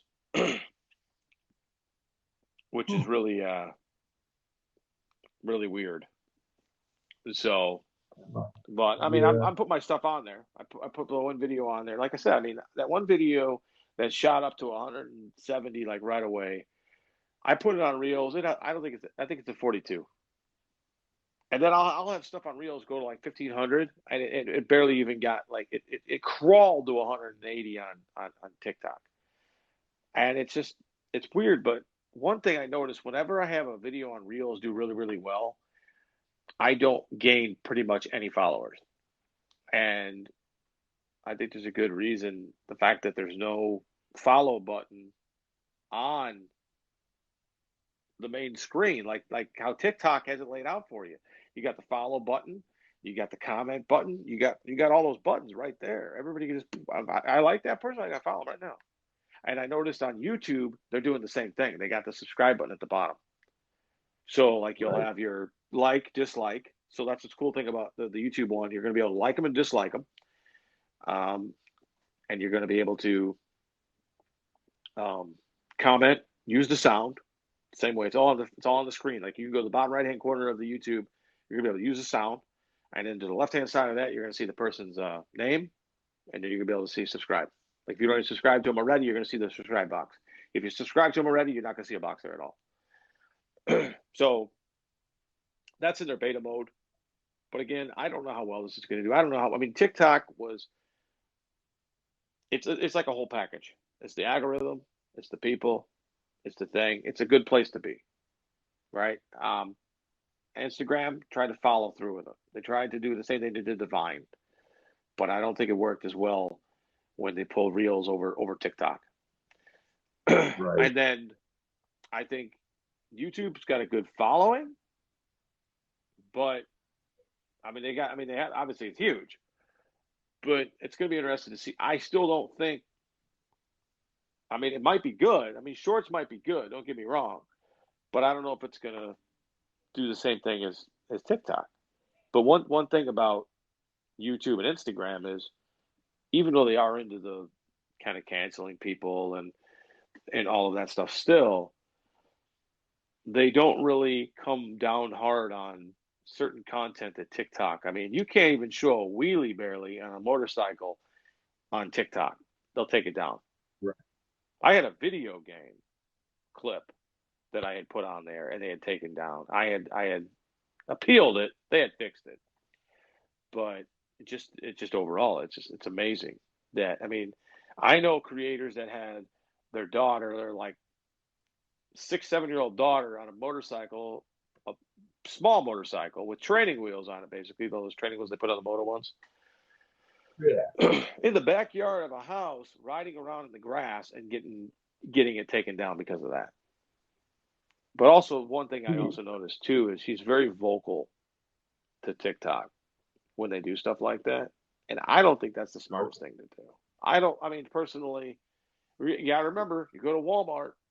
Are you gonna sit in Walmart and just sit there all day and just bash Walmart? It's a Walmart. Well, pretty much Walmart's gonna be like, they're gonna do what they can do to you. If they can do anything to you, they're gonna do it to you. You know. Right. Well, don't let them shop here. Don't let them do this. TikTok's gonna do the same thing. Don't get me wrong. I made that video about calling, like calling about my likes. That, look, you're not funny. Well, maybe I'm not funny. Maybe some people don't think I'm funny. Not everybody doesn't think I'm funny. I understand that. I'm not here for everybody. That's how it works. Not I everybody's get gonna that like all. you. Not everybody's gonna like me. That it makes life easier when you realize that's how it works. But I get that all the time. Like before, you know, like when I came out as bi and before all that, like a lot of people made comments about my teeth. no, I saw. I Oh, very I much don't saw that. want to see that on my. So I don't want to see that on my For You page. You got really ugly teeth. You should really go see a dentist. Blah blah blah blah blah. That came up everywhere, and it still does. Yeah. But then, now that I've come out, as bi, they now it's, oh well, you're not going to get anybody until you get your teeth fixed, and then they bring up my beard. Oh, you should level your beard out. It'll look better. Uh, my part of your life. This is me. I don't really care what you like about me. If you don't like me or my content, then you can just go away. There's a block button there for me. And recently, actually within just the last day, I actually met somebody off of TikTok Okay. who was talking about actually going to go visit. And he goes by the name of Cammy Cam. And he lives out in Wisconsin, about 2.5 hours or so away. And we've been hitting it off pretty damn well just because of TikTok. Like, we would have never met if it wasn't for TikTok. No, And I just think that's it's really funny. cool. Well, it's funny because it's like they even make a joke of it on how people will try to friend you on Facebook and you're kind of like, get away from me. And we all do it too. All of us do it. I don't have a bunch of people I don't know on Facebook. And everybody that's friends with me on Facebook, 99.9% of all the people I physically met or know. There's a couple people I I had tried to let people in at one time, and very political individuals. And I was just like, you know Sure. what, I can't deal with it. You're out. And it's like one thing I understand you have your political beliefs. You can have that. I'm cool with that. I have mine, you have yours. But it's like, look, people, we're human beings. We just need to, get along with each other. But the but then you go to TikTok and you have these people who everybody's just it's like a happy family. It's like everybody's happy. Yeah. It's like everybody wants to create content. They want to share each other's stuff. They want to do this. They want to do that. And I mean, there's a bunch of trolls on TikTok too. I mean, you get trolls on Oh, Instagram. You get trolls all over the place. But the thing is, it's like a level. It's like, look, if you got bad teeth, you got bad teeth. We all, the thing is, it's the comfortability that we have with ourselves first. That's where it comes from. These people, absolutely. it's like, who are they to tell anybody that? I mean, I guarantee they're not perfect as a person. You know, it's like, tell me something I don't know. That's the thing is like, there's this really heavy set dude. Um, he's got like 900,000 followers, I think. Either 600, 900. It was like a lot of things like that. But he did a video. If I broke into your house, what would you do? People are fat shaming the crap out of this dude. His Oh, freaking handle is Fat Man something. He's already calling himself fat. Does it really matter? The dude already knows he's fat. You don't need to tell him he's fat. You don't think Chris yeah. Farley didn't know he was Oh, fat? Chris Farley knew he was fat. He fell on the floor and rubbed his belly all over the place because people are comfortable with that. There's a comfortability level of people are with themselves. I remember the hard the when I learned that kind of the older when I was older too though. I learned about I was in my 20s. I remember I was selling cell phones, and there was a girl that worked up in Northbrook, and she sold more phones than everybody. And we're always thinking, this girl must be a model. Everybody must just go shop at the kiosk at the mall and just buy everything from her. And it was funny because we actually had another girl that worked at the Fox Valley Mall, and she was a pretty girl, and she had a hard time selling. But then when you met her, you figured out why, because she was a winch. But but the funny, I remember we went to the first meeting that we had, and these two people came in. These two girls came in. These two ladies, and I remember the one that was selling all the phones. She smiled, and I'll tell you, man, those teeth were fighting for position. oh And boy. but but the thing is, you're just like, and then you realize that's not it. And then I met another guy, and he told me, he said there used to be this guy that worked with me and this really bad hair lip. And this guy sold more than everybody. It, it, it's it's almost in a way when people can overcome their. Some people take it as there's something wrong with that person. There's something wrong with that person that's telling you that you have bad teeth. There's really something wrong Right. with themselves. They're not comfortable with something with them, and they're bringing it out on you. They're trying to pass the buck somehow out of their head. And that's why a lot of people don't understand why. It's why your family and friends are usually not your biggest supporters. It's the strangers. The problem Yep. when it comes to friends and family, and you'll realize this, is they realize that you all came from the same mold. You've all came from the same town, the same lifestyle, the same whatever. Nobody's rich in your family, let's say, right? Nobody's rich. Nobody's made it. And then Right. you're that person trying to get out of that shell, trying to break out. And the thing is they know how hard it is. They know it's very hard. So their thing is they don't want to have to put the work. They don't want to do the work. They'd rather just be lazy and they'd rather just sit there. And the thing is when you progress, they look at that and you're actually shaming them. In their heads, you're shaming them. They don't want that. That's why your closest people to you want to see you. They want to see you fail. Not all of them. Sometimes it's the ones that tell you the most that they want to see you succeed. They want to see you fail. That's why it's important that you got to get it out of your head that it's not your friends and your family that are going to support you to the top. It's not. Some will help, some will be there. Don't get me wrong, but it's a lot of people get that and they think like, oh man, my family doesn't believe in me about this or that. Your family doesn't believe in themselves. It's not that they don't believe in you; it's that they don't believe that they can do it. And if you can do it, that makes them look bad.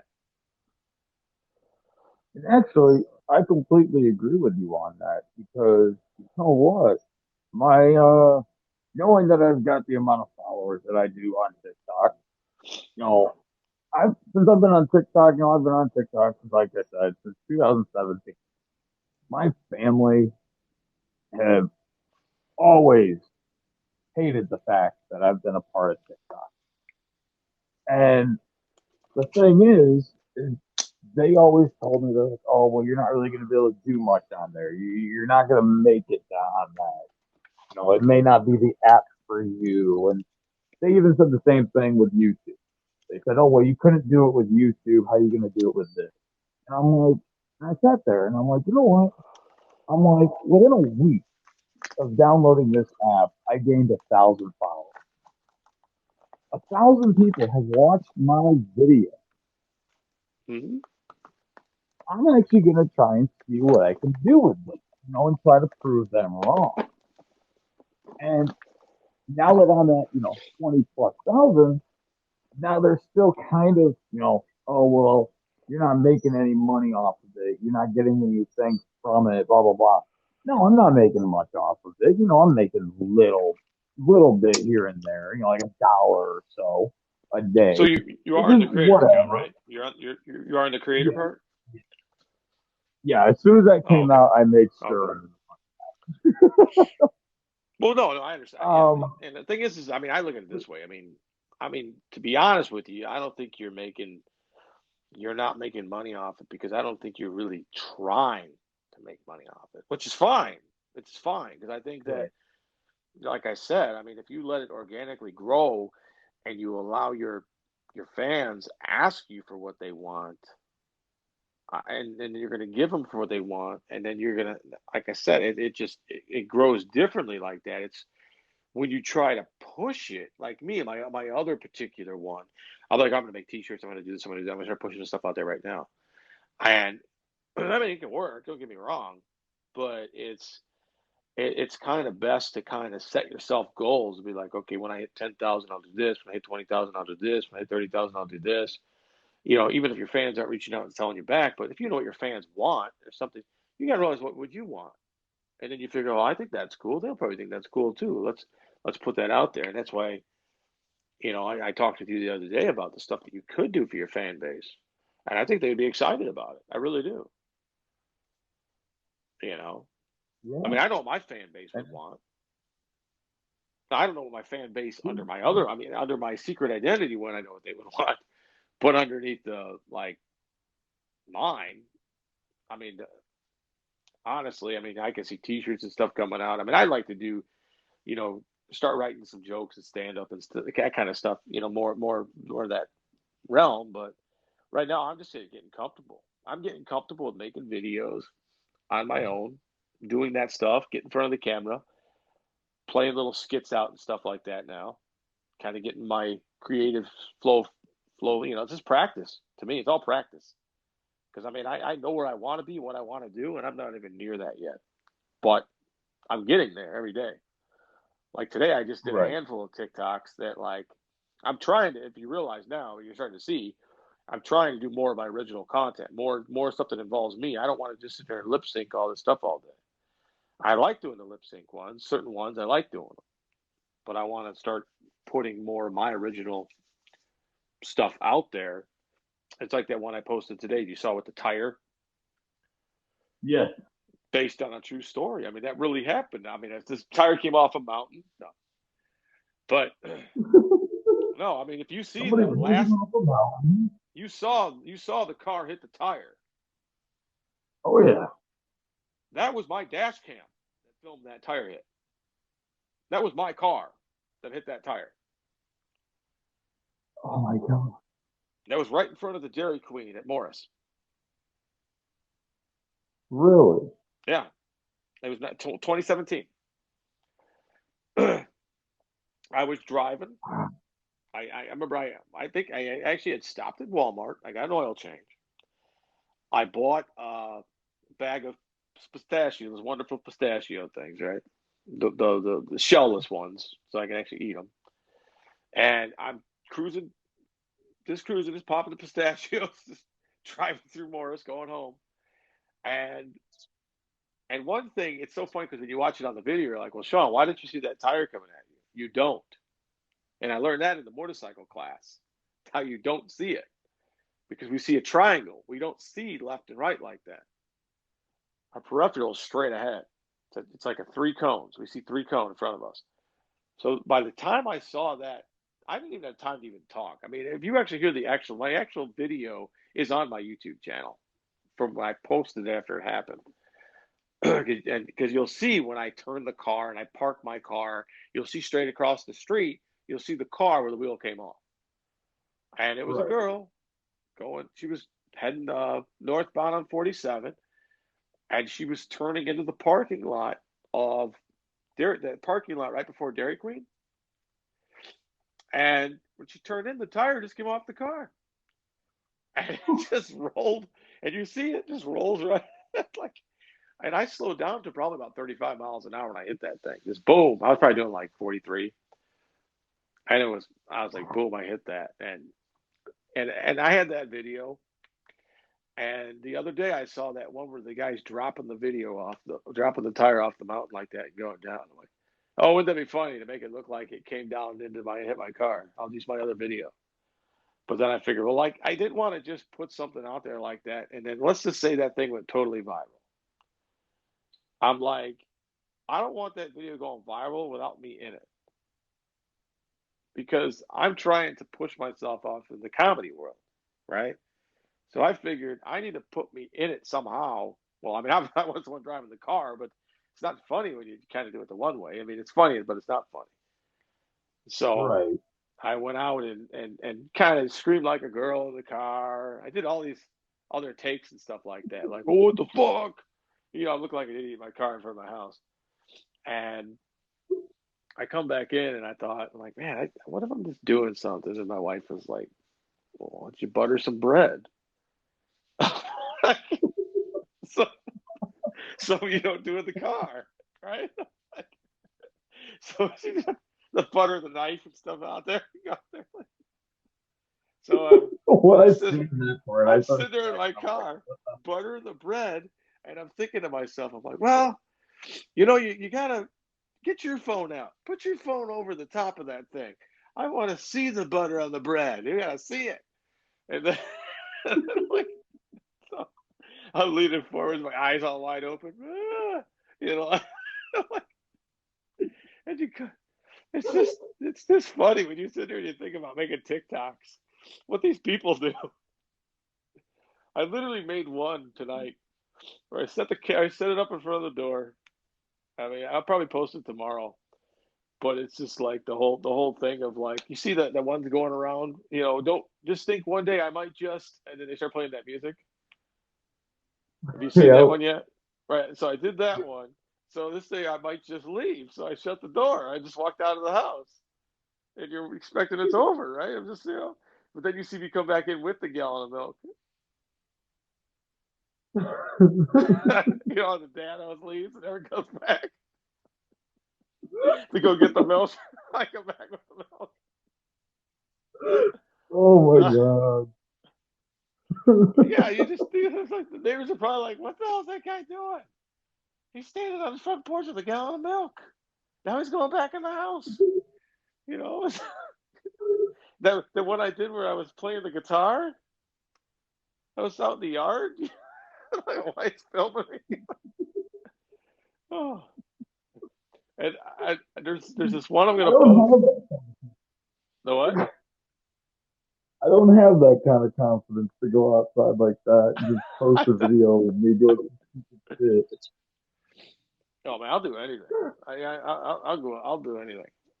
But it's just funny. I'm out, and it's I don't know. It's like there's certain. It's like people. It drives me nuts when people look at you like this. They're like, "Oh, that's kind of childish," or "That's this or that," or this. It's like, dude, do you go to the movie theater? Do you pay to see Jim Carrey? Do you pay to see Will Ferrell act like total jackasses on TV? Absolutely. What? Where do you think those people? What do you think those people do at home? Where, yeah, they're getting paid, but they didn't get paid for many, many, many years before somebody decided to pay them. They had to basically craft that. They had to do a lot of successes and failures. A lot of these stand-up comedians, they travel around the country. You sit there and you watch a Netflix special of these guys talking.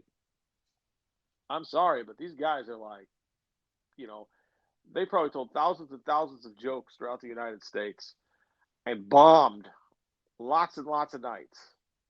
And then Oh, they absolutely. had successes, and those successes were those jokes that they held on to, and then they pieced these things all together, and then they put together an HBO special. And then we're sitting here on TV just laughing our guts off for the whole freaking hour and a half that these people are up there telling jokes. But I mean, who knows? I mean, Bill Cosby himself probably could have told us all about the freaking drug in the drink. We probably would have laughed our asses off then. Now we cancel them. But it's just, it's just the crap people can tell you at certain times of our lives. We're like, oh, okay, that's funny. Yeah. Now he's like, in prison. So. But but yeah, it's just Yeah, I mean, it's the what? you constantly see videos like of comedians, that go on these talk shows, and they're trying Yeah. to be just serious.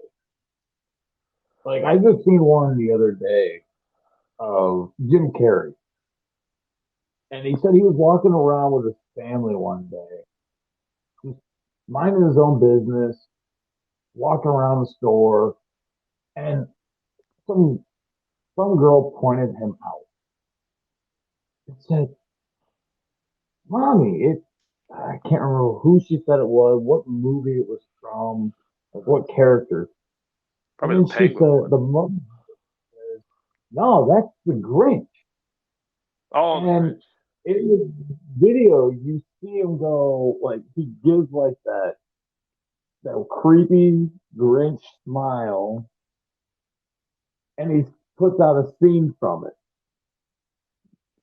And it's like it's amazing that he just did that. But he was also trying to spend time with his family.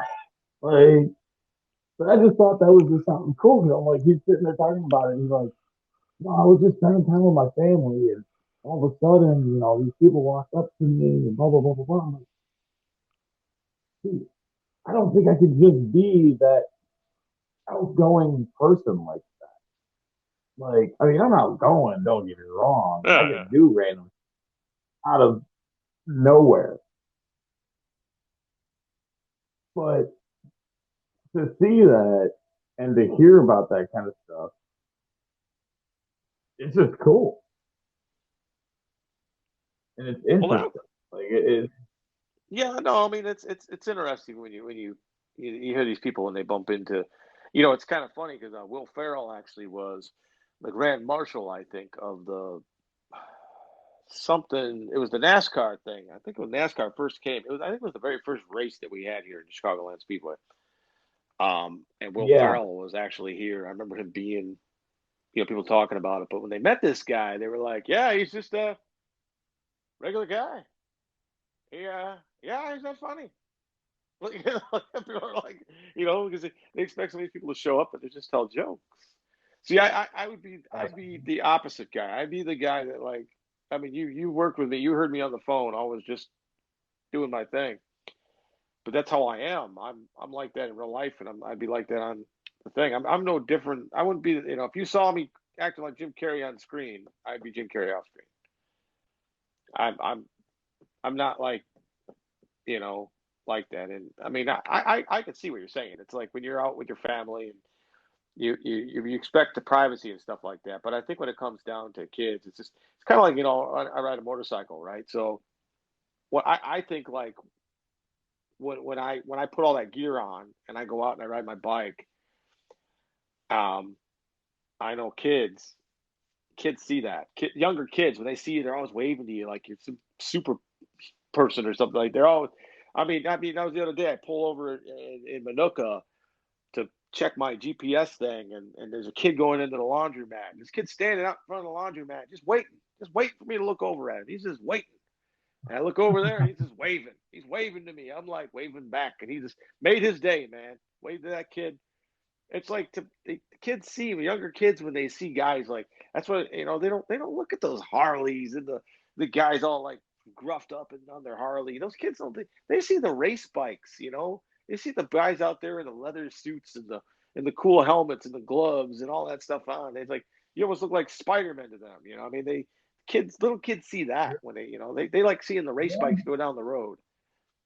I'm not saying that no kids like Harleys or anything like that, but I'm just saying that like it's almost in a way you're doing it for the kids. You're doing it because you remember as a kid when you were a kid and you saw stuff like that, you're like, oh, that's so cool. That looks so cool. But it's the weirdest thing to me is when I see a person on a sport bike with no gear on. It's so weird looking to me. It's so strange. It doesn't. It's like it doesn't fit. Now when you get on a cruiser and you got nothing on, it looks normal to me. you know. But I right. see these guys, no helmets, no gloves. They got and it's always that, freaking 80s dude, guy in the late 80s, early 90s, cruising around in the CBR F3 still, big banana seat on it, got some New Balance shoes on that his kids bought him, probably got the grass stains going, and then the feathered hair still. I mean, if he still has any, but it's like I don't know. It just looks really weird to me. That's why I thought it was that, and I thought of that. Like when I go and I buy gear and I put my outfit together, I think of like you in a way you're trying to look cool. It's for the kids. It's for the kids. It's like you're riding around out there, and some kid's gonna see you, and they're just gonna get inspired to go buy a bike themselves. That's how I think. That's See, how I that's feel how about my it. 2 year old. The what? He, that's how my 2 year old is. Mm. We got a few people that own a few bikes down the street from us, and he'd be playing on the front porch or in the driveway, having a grand old time, playing his little type car, or him and his sister, would be riding around in a monster truck, little power wheel thing. And next thing you know, he just stops. As soon as he sees a bike going down the road, his mind and eyes lock in. And he does the same thing for, first responders with the ambulance, police Hmm. cars, and fire trucks. He sees those and he locks in. It does not matter what's going on. He immediately stops and he starts waving like crazy. And It's just it's cool. It's funny. It's adorable. I remember as a kid, it was like, well, police cars, ambulances, fire trucks, um, tractors. I mean, Oh yeah, even as an adult, even as an adult, we look at that stuff and think. I mean, maybe it's the guy thing. Maybe it's just the guy thing too. I don't think much of girls look at police cars, and it's to me, it's like every time I see a cop car thing in the store with a little button on top, I got to press it because the sirens are going to go off or something. But it's always this fascination, like that stuff to me. It's always like that. But I mean, it was just weird. Like when I started, because it was kind of funny because when I got the bike, it was a sport bike, and then I went to go buy some gear. Here, hold on a second. We got some bubble here. Hold on, Shane. See, Some people are just naturally hilarious. yeah, that's that's true. But it's just kind of funny when people just expect people to be hilarious, and they just are really good at delivering lines on TV. Like Charlie Sheen. absolutely. Charlie Sheen says Yeah, he's not that funny. He just knows how to deliver the lines. The writers of Two and a Half Men were very, very good writers. He says it himself. Let's see, we got another one here. Yeah, I was one of those kids too. You know, I always thought it was the coolest thing to see a sport bike. And then when I got older, I bought a cruiser. How weird, huh? Well, I think it just comes down to the cruiser thing. With just, I think we think we're older. We think it's more time for us to settle down and get on something like that. And I just think that's I mean I love the look of certain cruisers, and it just to me it's just I think once you get on a sport bike though, there's a performance level to a sport bike versus a cruiser, and I'm not willing to let go of that performance yet. I want when I twist the throttle, I want the bike to go a lot quicker and faster than a cruiser bike. But a cruiser is obviously, you get out there, there's comfort to them and all that stuff, and there's a trade off comfort for performance. And I mean, they make sport touring bikes and stuff like that. I mean, you can get stuff like that, which is really really cool. But going back to when I went to the store, I went in there and I told the guy the first thing out of my mouth was, "I don't want to look like I'm going to the track." Well, I don't know if you've seen the setup that I have, but it looks pretty much like I'm going to the track. Like because because my daughter, I can't remember how old she was at the time. It was a couple of years old. She's what, 11, so she was probably what, maybe 8, maybe 7, 8. But she had pointed out the jacket in the store. She's like, "Oh, look at that one." So I pulled it down and I tried it on. She's like, "You should get that one." So I bought that one, and it has all the logos and stuff on it, like like I'm sponsored. But it's kind of funny because it was an inexpensive jacket. It has this windbreaker in it that you can zip out of it. This liner, and I could ride that thing down to with like a flannel on underneath and that jacket on. I could ride that thing down in about 33 degrees. That thing blocks the wind like you wouldn't believe. Take that liner out of it, and. I think the warmest I've ridden so far is maybe like 100 degrees out, 102 degrees out with the full gear on. Well, you sweat, but when you're moving, you're fine. Oh yeah. But when you stop that bike and you get off and you're trying to take off the helmet and all that stuff, you start sweating like a pig. But yeah, that's like one of those things where you just, like I said, it's just, again, it's the kid telling you, "Hey, you should get this, you should wear that," and it was just pretty. That's how I looked at it, and it's just like one of those things. We always see that, and we're influencing people as things that we do, and it's. I mean, I hope that like a kid sees that and thinks, "Oh, I want to get a bike. I want to get a bike. I want to, do something like that." But all right, so I got one more card. It was kind of funny. I actually flipped the card over just to see what that one was going to say this time, and it actually said "create my own." I don't want to try to create one right now, so I pulled another one.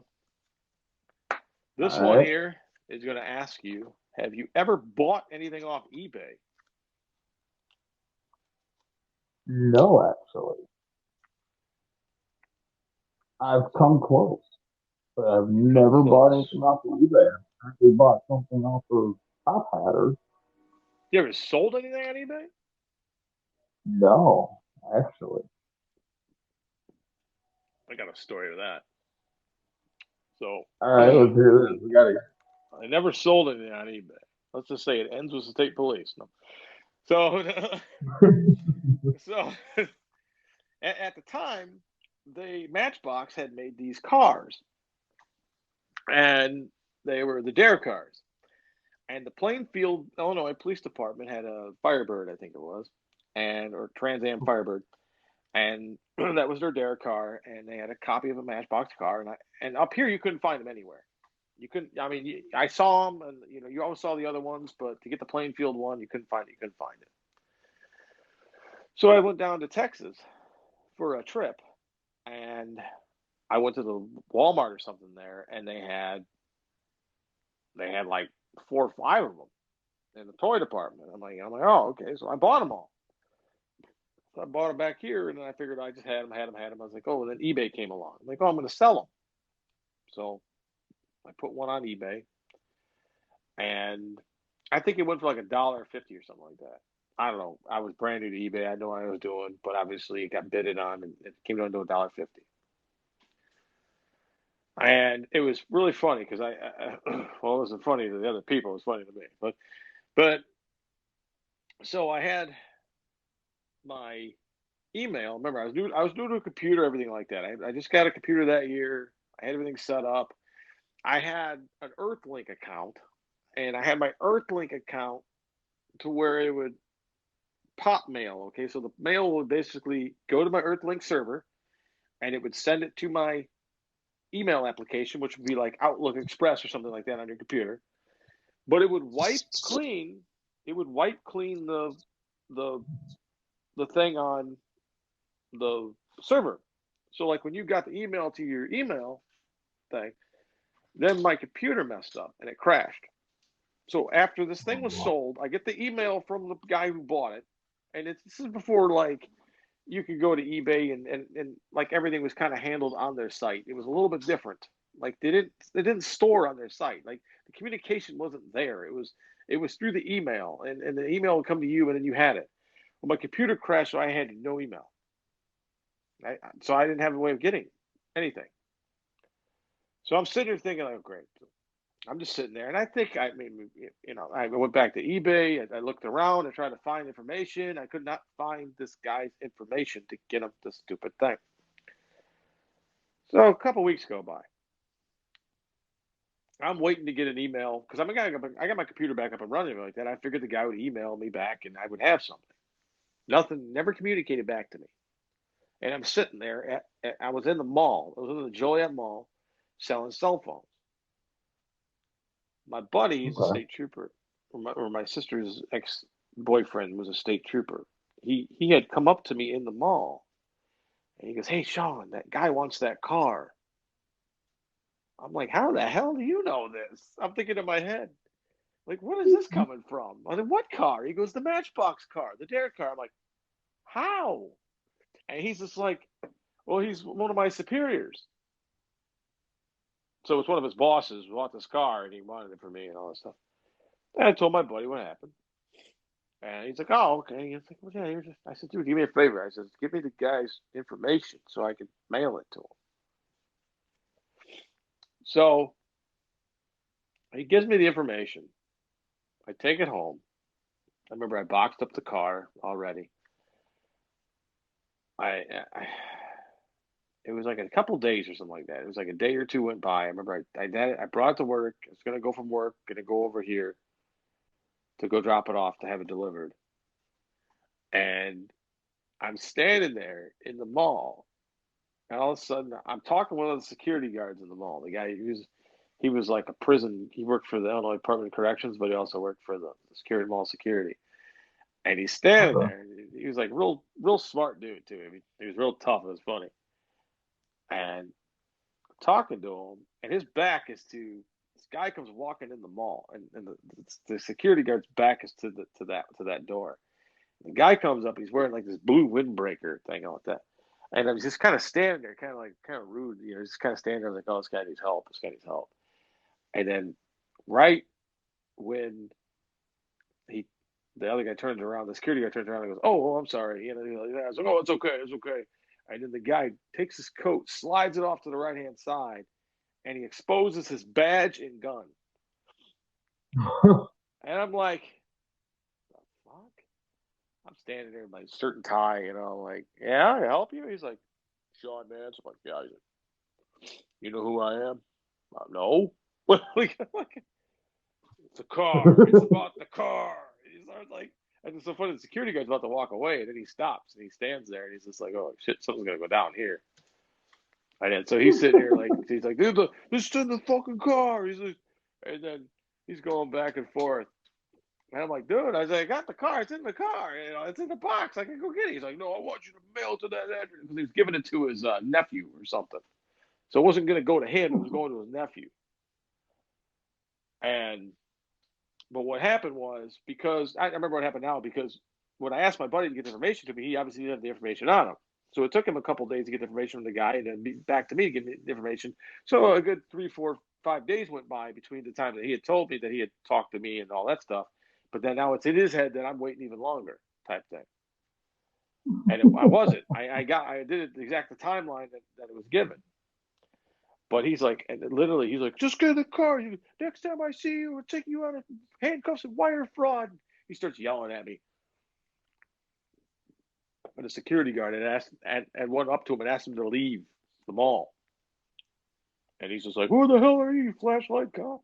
He started calling him a flashlight cop. Like, oh my God, he works for the fucking state too, you idiot. You know, and so they started kind of exchanging words a little bit, and they actually escorted his ass out of the mall. And then I just went and dropped that off at the thing to get it to the thing. But that was some funny shit, man. I mean, that was my only time. I mean, I've bought stuff on eBay, but I never sold anything on eBay. But yeah, I probably wouldn't have good bounty points from that situation though. But yeah, that was like years. That was, oh God, that was a night. Well, no, it was 2000. It was 21 years ago. Yeah, it was 2000 because I was working in the mall at that time. But yeah, that was my experience on selling. But yeah, well, I think what? Go on. I never really got into eBay. I've checked it out, and I've thought about using it, but then I veer away. I always end up veering away, and I always go to Facebook. Yeah, our ADD just doesn't work. We just keep kicking back and forth to other things. That's the problem with all. I mean, think about all these apps. I mean, I literally sit at work, and I go to so I'm standing at my desk, and I'm working, and then if I don't have anything to do, so I look at my phone, and then I'm like, oh, okay, well, you go from Facebook to Instagram to TikTok, Facebook, Instagram to TikTok, TikTok, Instagram to Facebook. You just keep going back. I've had a couple people ask me, go, dude, what do you do for work? I'm like, oh, I do this. They go, well, you're always on the phone. Well, yeah, but the phone's like my mouse is right there, and my phone's right next to my mouse. Like literally, I mean, I could be on the phone and still be working. So it's not like I just set the thing down and go walk away from it I mean, there are times that I'll get pulled away from my phone for an hour or so and go do something. I mean, that's not a big deal. It's just, but it's like I basically stand at my desk and I have emails coming in. And when the emails are done, I got no emails. So I could look down at my phone, look at a couple things, look back up. Oh, I received an email. I respond to that email, and I go back to doing my, And then if I get a lot of emails, well, then I'm doing that for 20, 30 minutes, and then I go back to, just like that. And now lately I've been doing just kind of for this stuff, I've been writing down ideas and stuff like that. I got a little journal book that I sit there and write down a bunch of stuff and just, kind of thinking some stuff up. So this one was a little bit more prepared than the last one. I tried to wing the last two of these, and I think that this one here is what I like to do is integrate like the game idea, like putting the games and stuff in there, asking questions and stuff like that. And like I said, now in the future you get back on one of these, if you have any topics and stuff like that we're going to talk about. I don't like to get too serious about things just because it's supposed to be comedy and funny. We can find the funny and stuff like that. That's what it's supposed to be about. It's about I don't want to get in political arguments and political fights. We can make fun of politicals. I mean, we're living in a world right now where 4 years of Russia collusion, right? And watching all those investigations and everything happen and how everybody was going to go to jail and everything was going to happen. Nothing happened. Now we got the other side.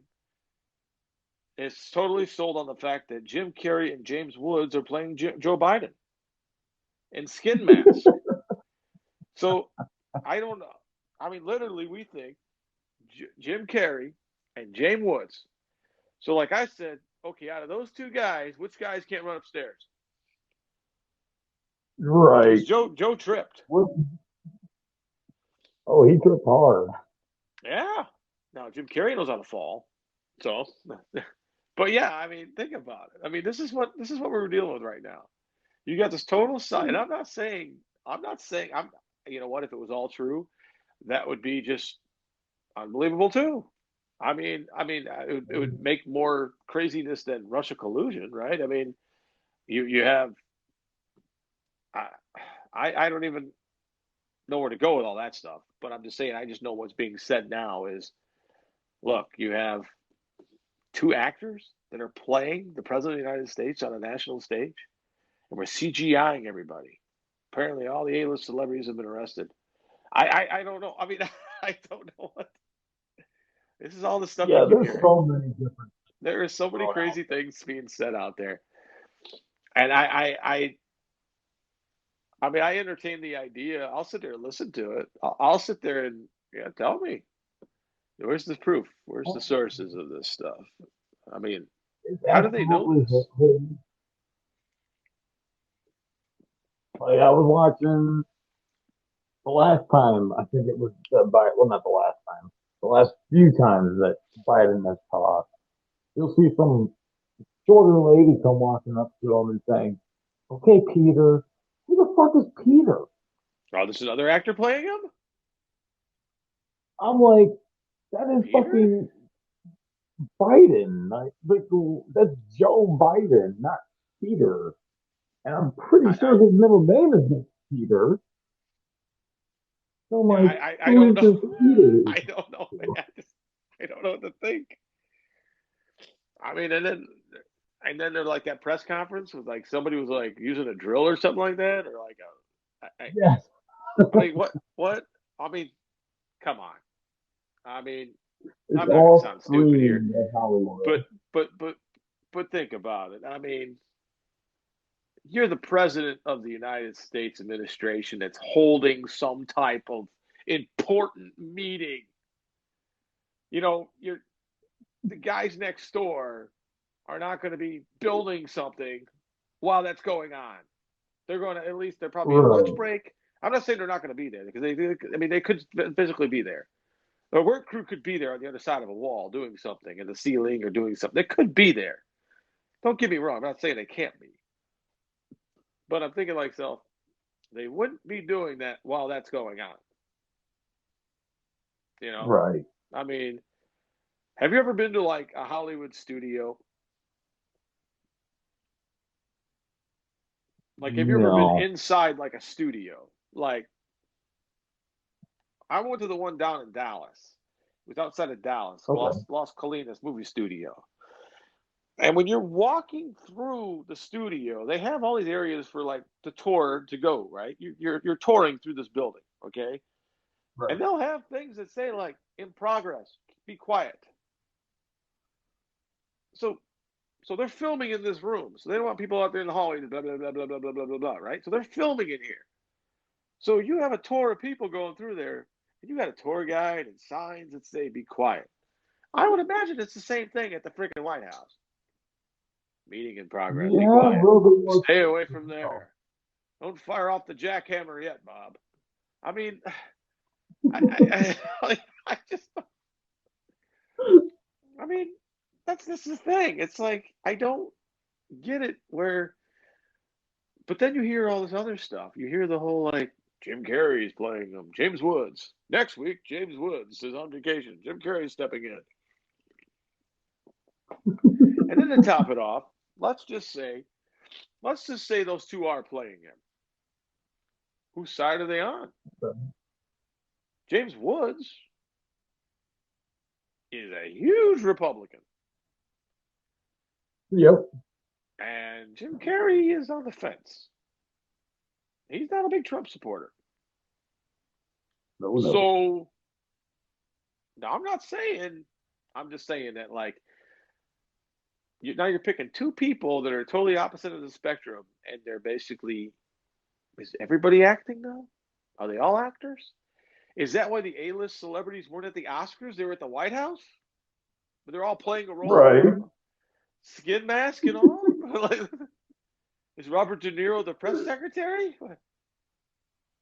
Robert De Niro. There's a reach. Yeah, I don't, I don't, I don't know. I mean, it makes you wonder who's playing who. It's the Oh West Wing. man. Martin Sheen's got a Martin Sheen's playing Biden. He's got a skin mask on. It's the West Wing. No, it's Epstein's. Yeah, Epstein's playing Biden. I don't know. I mean, who's Rob Lowenwolf still or what? I don't know. I mean, like, who are these people? I don't know. I mean, it sounds crazy, and I'm not saying this stuff couldn't be real. I'm not saying it can't be, but it sounds pretty far fetched for it to be like legitimately all like right. But again, there's no proof either way. There's nobody coming out and saying, "Oh, Right. I'm not playing Joe Biden." I mean, I would Yeah, think these that, allegations have been coming out for a little bit now, so you would think somebody would, at least make a joke about it, well, yeah, that's what I mean. put a A joke. Well, apparently I'm playing Joe tomorrow, so I won't be my tea time. Unless he can play golf too, then that will make it better. So I could just wear his outfit, and then I can play golf. Like, I mean, does Joe Biden do any of that stuff? I know Obama golfed a lot. Trump golfed a doesn't lot. do Does Joe anything. Biden golf, or does he just? He probably can't find the ball. Nope. I He probably thinks he's the don't. crap stopper. Oh my God! Did you see Jimmy Fallon's thing that he posted? He dressed No. up. He dressed up as Biden and said that you don't have to wear a mask when you take your lucky girl to the cabbage hop.